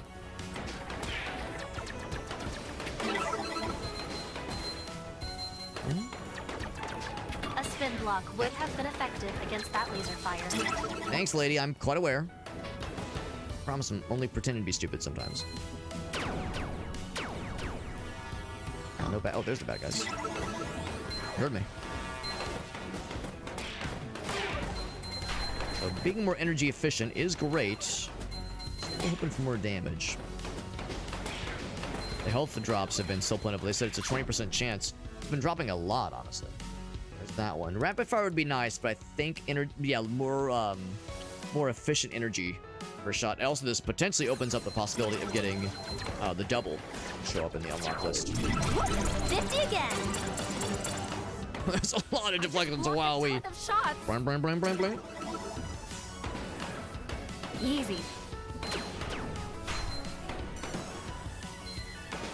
Yeah. It's a long level. I was gonna say this long level just keeps going. See ya, spray bags. Spray bags? Clump lickers made me lose my combo. Clump lickers? Where are you coming up with these anti-robot slurs? I'm kind of here for it, but like, what the fuck, lady? If I go down this path, I'm destined to get the cursed stuff, so I think I'll take this one. Meteors one. Yeah, if I take the lower path, that definitely leads to black holes, which I do not want. Don't want those black holes. Not a fan.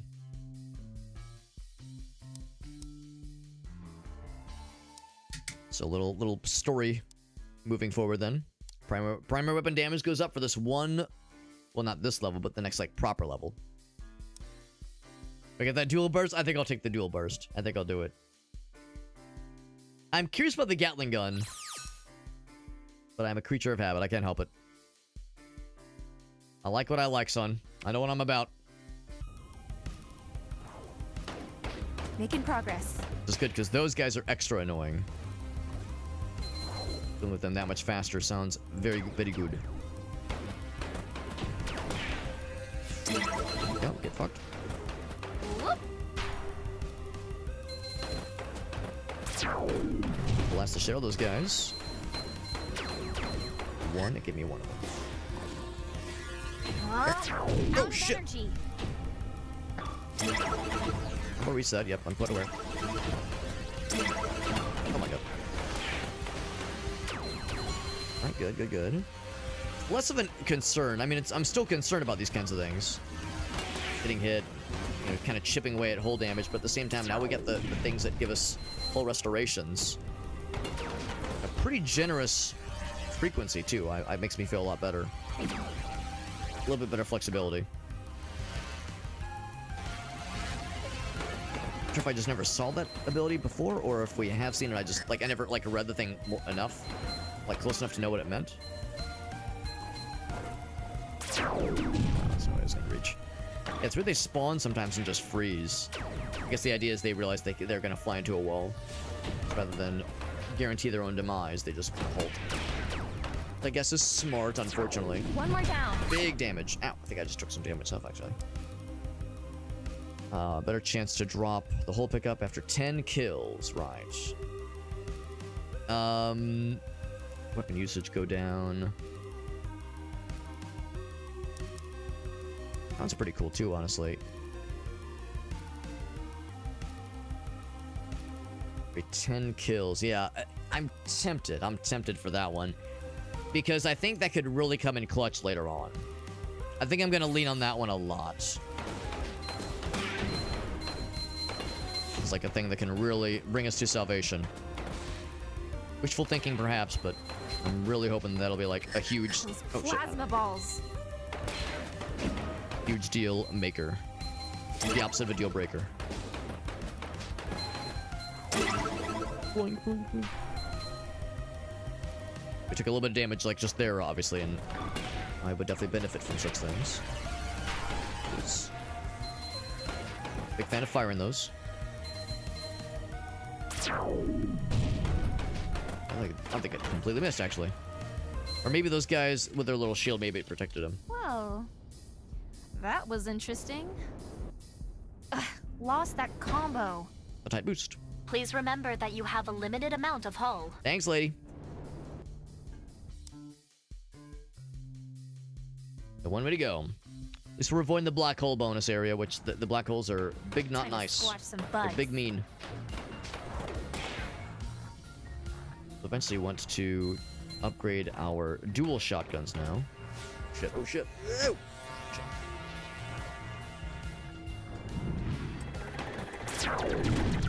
Those lasers. Oh my god, I'm getting fucked up.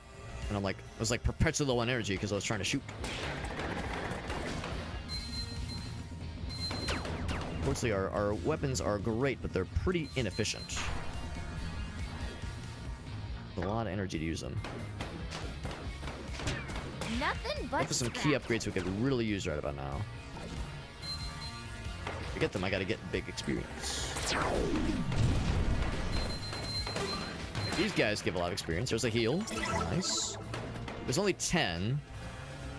Not much, obviously. Spray bags.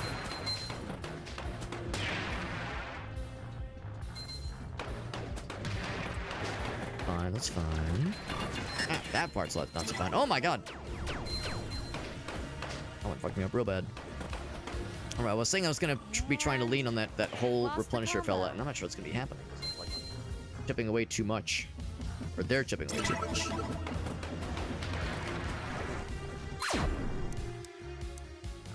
Fire.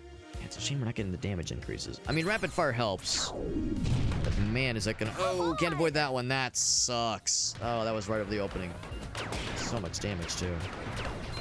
This run might not be destined for longevity. Shit. Oh, fuck. To be honest, I kind of wish... I wonder if there's a setting I could use to remove that as an option. Where double selecting I think I can make it. the barrel roll like launches you, and it kind of makes you lurch in that direction. Spray off. Well, I suppose I could just maybe disable that, because I feel like I do that by accident more often than I want to admit. It keeps getting me in trouble. Energy's out again. Yeah, I know, it's constantly getting out. Oh my fucking god. Stunned By the again. time I notice, it's too late. The bummer, not only can you not shoot when you're stunned like that, you also can't do barrel rolls. Not gonna lie, So it's that was pretty fun. double punishing. Alright, can I even see this boss? I don't know, man. Oh, wait, no, I have to beat this level before I get to that point. Yeah, I don't think we're going to be reaching the boss, unfortunately. I think this world run's going to end most likely. But we're going to try it, though. We'll try our best. Yeah, these are the guys that always fuck me up. Oh, yeah, instant death. Instant death, man. Yeah, those guys continue to be my, by far, my kryptonite in these areas. It's already a tough game. And I already struggle in that zone. But by the time we get to that zone, they just snipe me 100% of the time, man. Brutal. We got some new challenges. That thing just new challenges, though.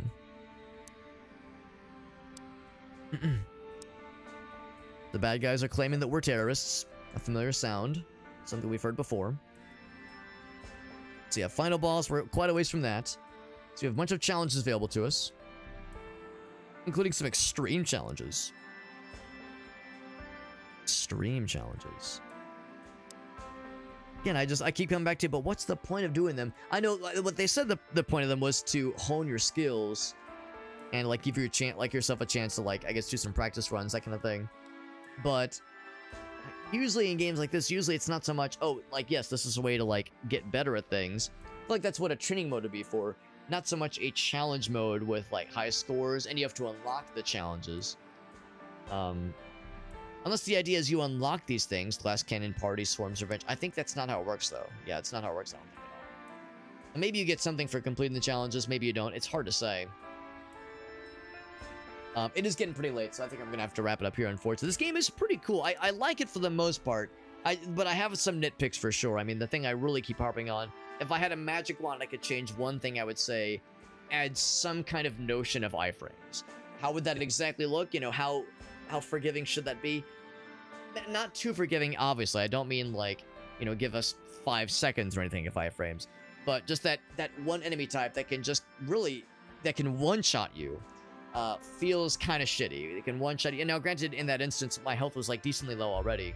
But, I don't know, the fact that it did that much health that quickly, that much damage that quickly, feels pretty defeating. It feels pretty like, fuck, man, like, there was just no chance.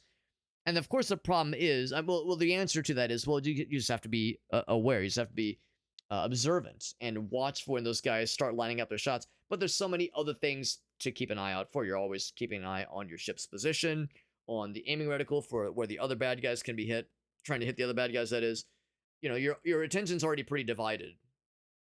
So looking out for that one specific enemy and that one kind of like, that kind of crosshair, that kind of like laser sight to indicate they've got the beat on you, like that is a good thing to be aware of for sure, but man, it's a shame that it's so punishing.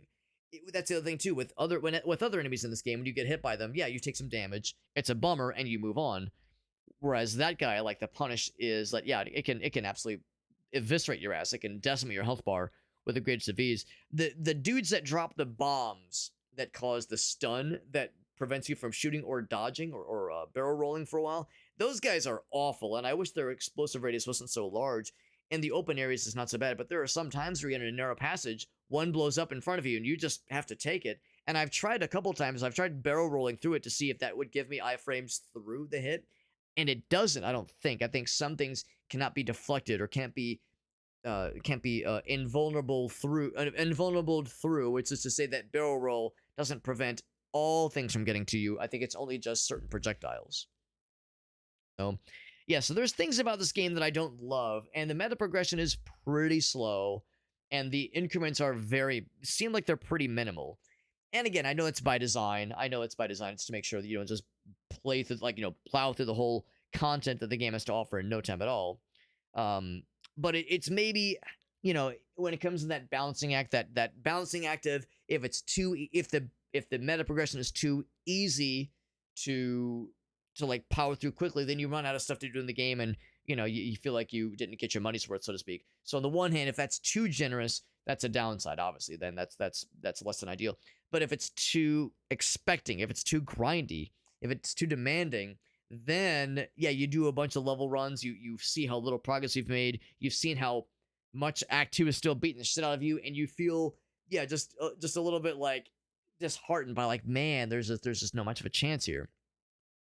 So I feel like this one is maybe a little bit in the latter sense, where yeah, maybe it's a little bit too demanding, maybe a little bit too punishing, maybe just increase the make it just a teensy bit more generous, a little bit more giving, maybe just a little bit. And of course, there's that one meta progression that says increases the rate at which you acquire the VP, the I guess victory points, whatever you call it, that you use to unlock new stuff. That's all well and good, but it's a very expensive one, and it costs it costs 10,000 VP for the first increment of 1%, 20,000 for the next, 30,000 for the next. So presumably, looking at that bar, the most you can increase it by is like 8%, and it costs well over 100,000 by the time it's all said and done. So yeah, I don't know. So there's aspects that are a bummer, and I keep coming back to that stamina bar, man. Like, how do I feel about the stamina bar? There are parts about it that I can respect. There's parts about it that I understand why they did it that way, and other parts that feel like it was unnecessary. I feel like there were other ways to kind of put the speed bump on the player, not just rapid firing and not just barrel rolling through everything, without instilling that as a mechanic to play through. Now, I guess the nice thing is that it gives you a thing to scale off of. It gives you something to level now, like a number or a metric that you want to increase. The rate at which you can the amount of energy you lose when you shoot can be lessened. The amount of energy you regain upon the successful deflection can be increased. Like, that's a thing you can level towards. But I don't know if that's the answer for, like, how do you... Is that like a thing that we want scale off of, a thing we want to level up. I don't think it was ever in any Star Fox game, so it feels like it kind of flies in the face of what you would expect, or like how this kind of genre more or less has established itself. But that being said, the level, I mean, there was a lot of runs that felt really cool. That burst fire weapon felt pretty good, and even the standard shot, once it's leveled up, feels pretty good. There were some really clever roguelike augments, those kind of little abilities just for that one run that feel pretty cool, feel pretty smart. So there was like some smart stuff here, and there's definitely something here. I would say, gun to my head, do I recommend the game? Do I not recommend the game? I would give it a thumbs up. I would give it a recommendation. But there'd be some pretty hefty caveats. But overall, though, I would say, yeah, like it's worth it for sure.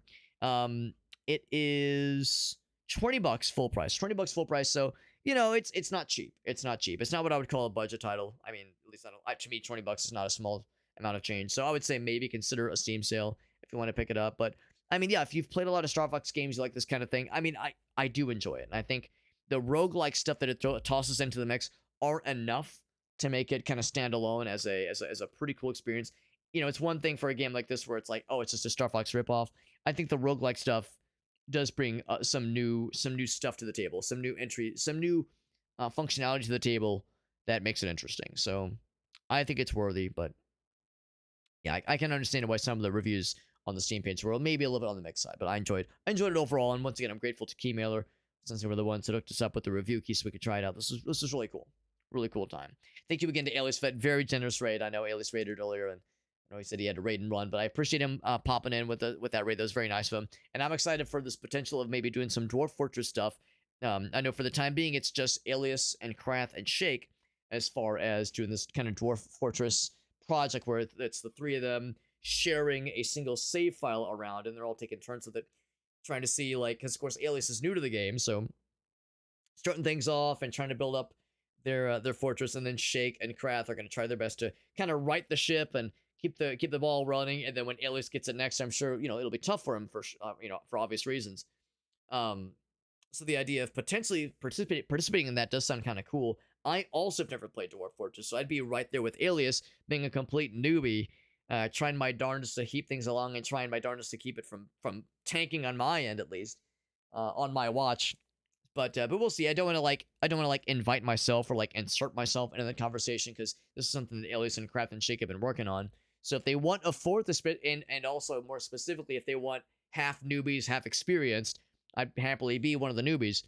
But like I said, I don't want to like, you know, be presumptuous necessarily. So we'll kind of see how that plays out. That sounds like something I might be able to participate in the future. As far as other stuff this week is concerned, tomorrow we're playing a pretty cool little turn-based game that I've heard good things about. It's like a turn-based, well, actually, maybe not turn-based, but cool little puzzle game that I've heard is like very, very good. I passed it up when I first saw it, and I've heard it's incredible. I've heard like very good things about it. It's called Demon Lord Just a Block. It really doesn't look like much at first glance, but apparently, like, just based on the reviews and based on a couple of personal recommendations, apparently it's dope as hell. So we'll play that tomorrow. Gravelord has its 1.0 release on Thursday, so I'll be checking that on Thursday, which I'm excited about. Actually, I've never even played the game. It's been in early access for a while, and I've heard good things, but looking forward to that 1.0 milestone, which is exciting. A couple other indie games later this week. Lots of good stuff.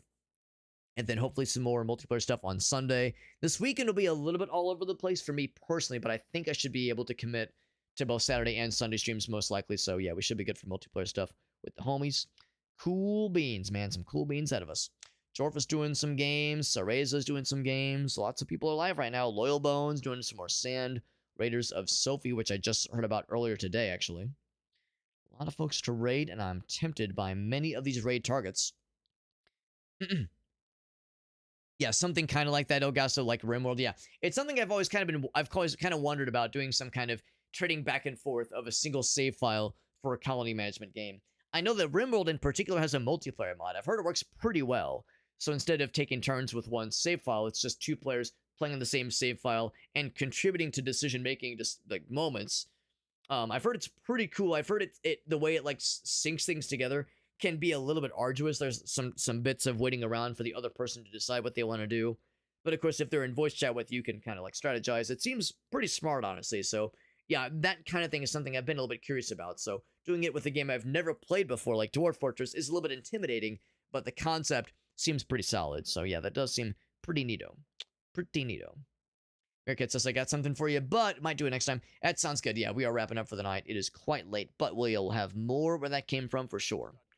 More shenanigans like that in our future, my friends. We're going to raid Jorf. He's playing UFO 50, a wonderful collection of cool indie games.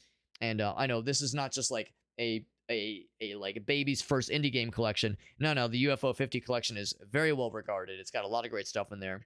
And what's great about UFO 50 is that a lot of the games are very smartly made, and if there are some in that collection that you're not maybe a huge fan of, there's 49 for every one you don't like, or if there's one you don't like, there's 49 other ones to try. So it's such an impressive collection, and honestly, some of them seem like they could do great just on their own, like just as a standalone game.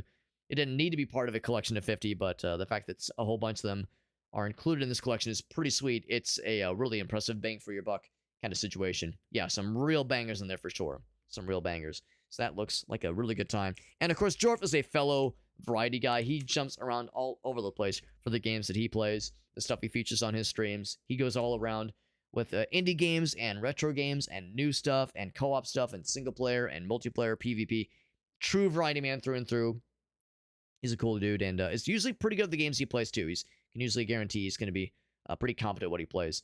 Real quick, my Linktree link is in the chat. That has all of my links. That Linktree page right there, that has all of my socials. So it's got, of course, stuff like my Instagram and my Blue Sky and Twitter and all that shit. So basic social media.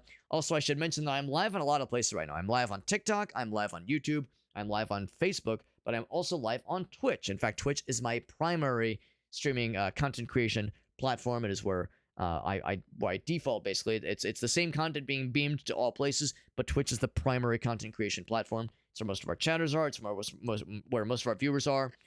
And it's, of course, where I've been streaming the longest. I was on YouTube first, but, of course, YouTube back in the day had no streaming. So Twitch has been my longest streaming platform by far. And like I said, most of our chatters are there, and we have Twitch-specific channel point redemptions, so you can interact with the stream in fun ways. Some games, of course, have Twitch integration, which we utilize from time to time, so it is the most authentic way to experience the stuff that we do here on stream, at least, and probably the truest to the source, the closest to the source you could get. By the way, we do also have a Discord server. Anybody can join the Discord server, and if you join it, you can participate in our giveaways we do every so often. You can peep our schedule. I try to post a schedule for every week, usually on Mondays or Tuesdays. I posted the schedule for this week yesterday. So if you're ever curious about what I'm playing, you can check the schedule to see what we're up to on a weekly basis as far as the games we're featuring on the channel. And it's just the best way to keep up with myself and others inside the community outside of our usual streams. So if you're just curious about kind of what we're up to, or want to share any game recommendations, or just participate in our general antics, Discord server is a way to do that outside of streams, obviously. And like I said, we do giveaways every so often, usually once every few weeks. We actually haven't done any giveaways in, I guess, a couple of weeks now, so it's something we'll probably be doing fairly soon here. And if you're curious about how to join in on those kinds of giveaways, on those raffles, all the information and more can be found in the Discord server. We actually have channel roles you can elect to sign up for, which will notify you under certain conditions. So if you like, for instance, if you want to be notified whenever I go live, or if you want to be notified whenever a new giveaway opportunity opens up, or you want to be notified whenever I upload a new main channel YouTube video, those kinds of things, those channel roles are also open for you, for those who feel so inclined. Otherwise, raid targets coming in hot. Thank you again to Alias for that raid. Thank you to everyone for stopping in and chilling with us for a little bit.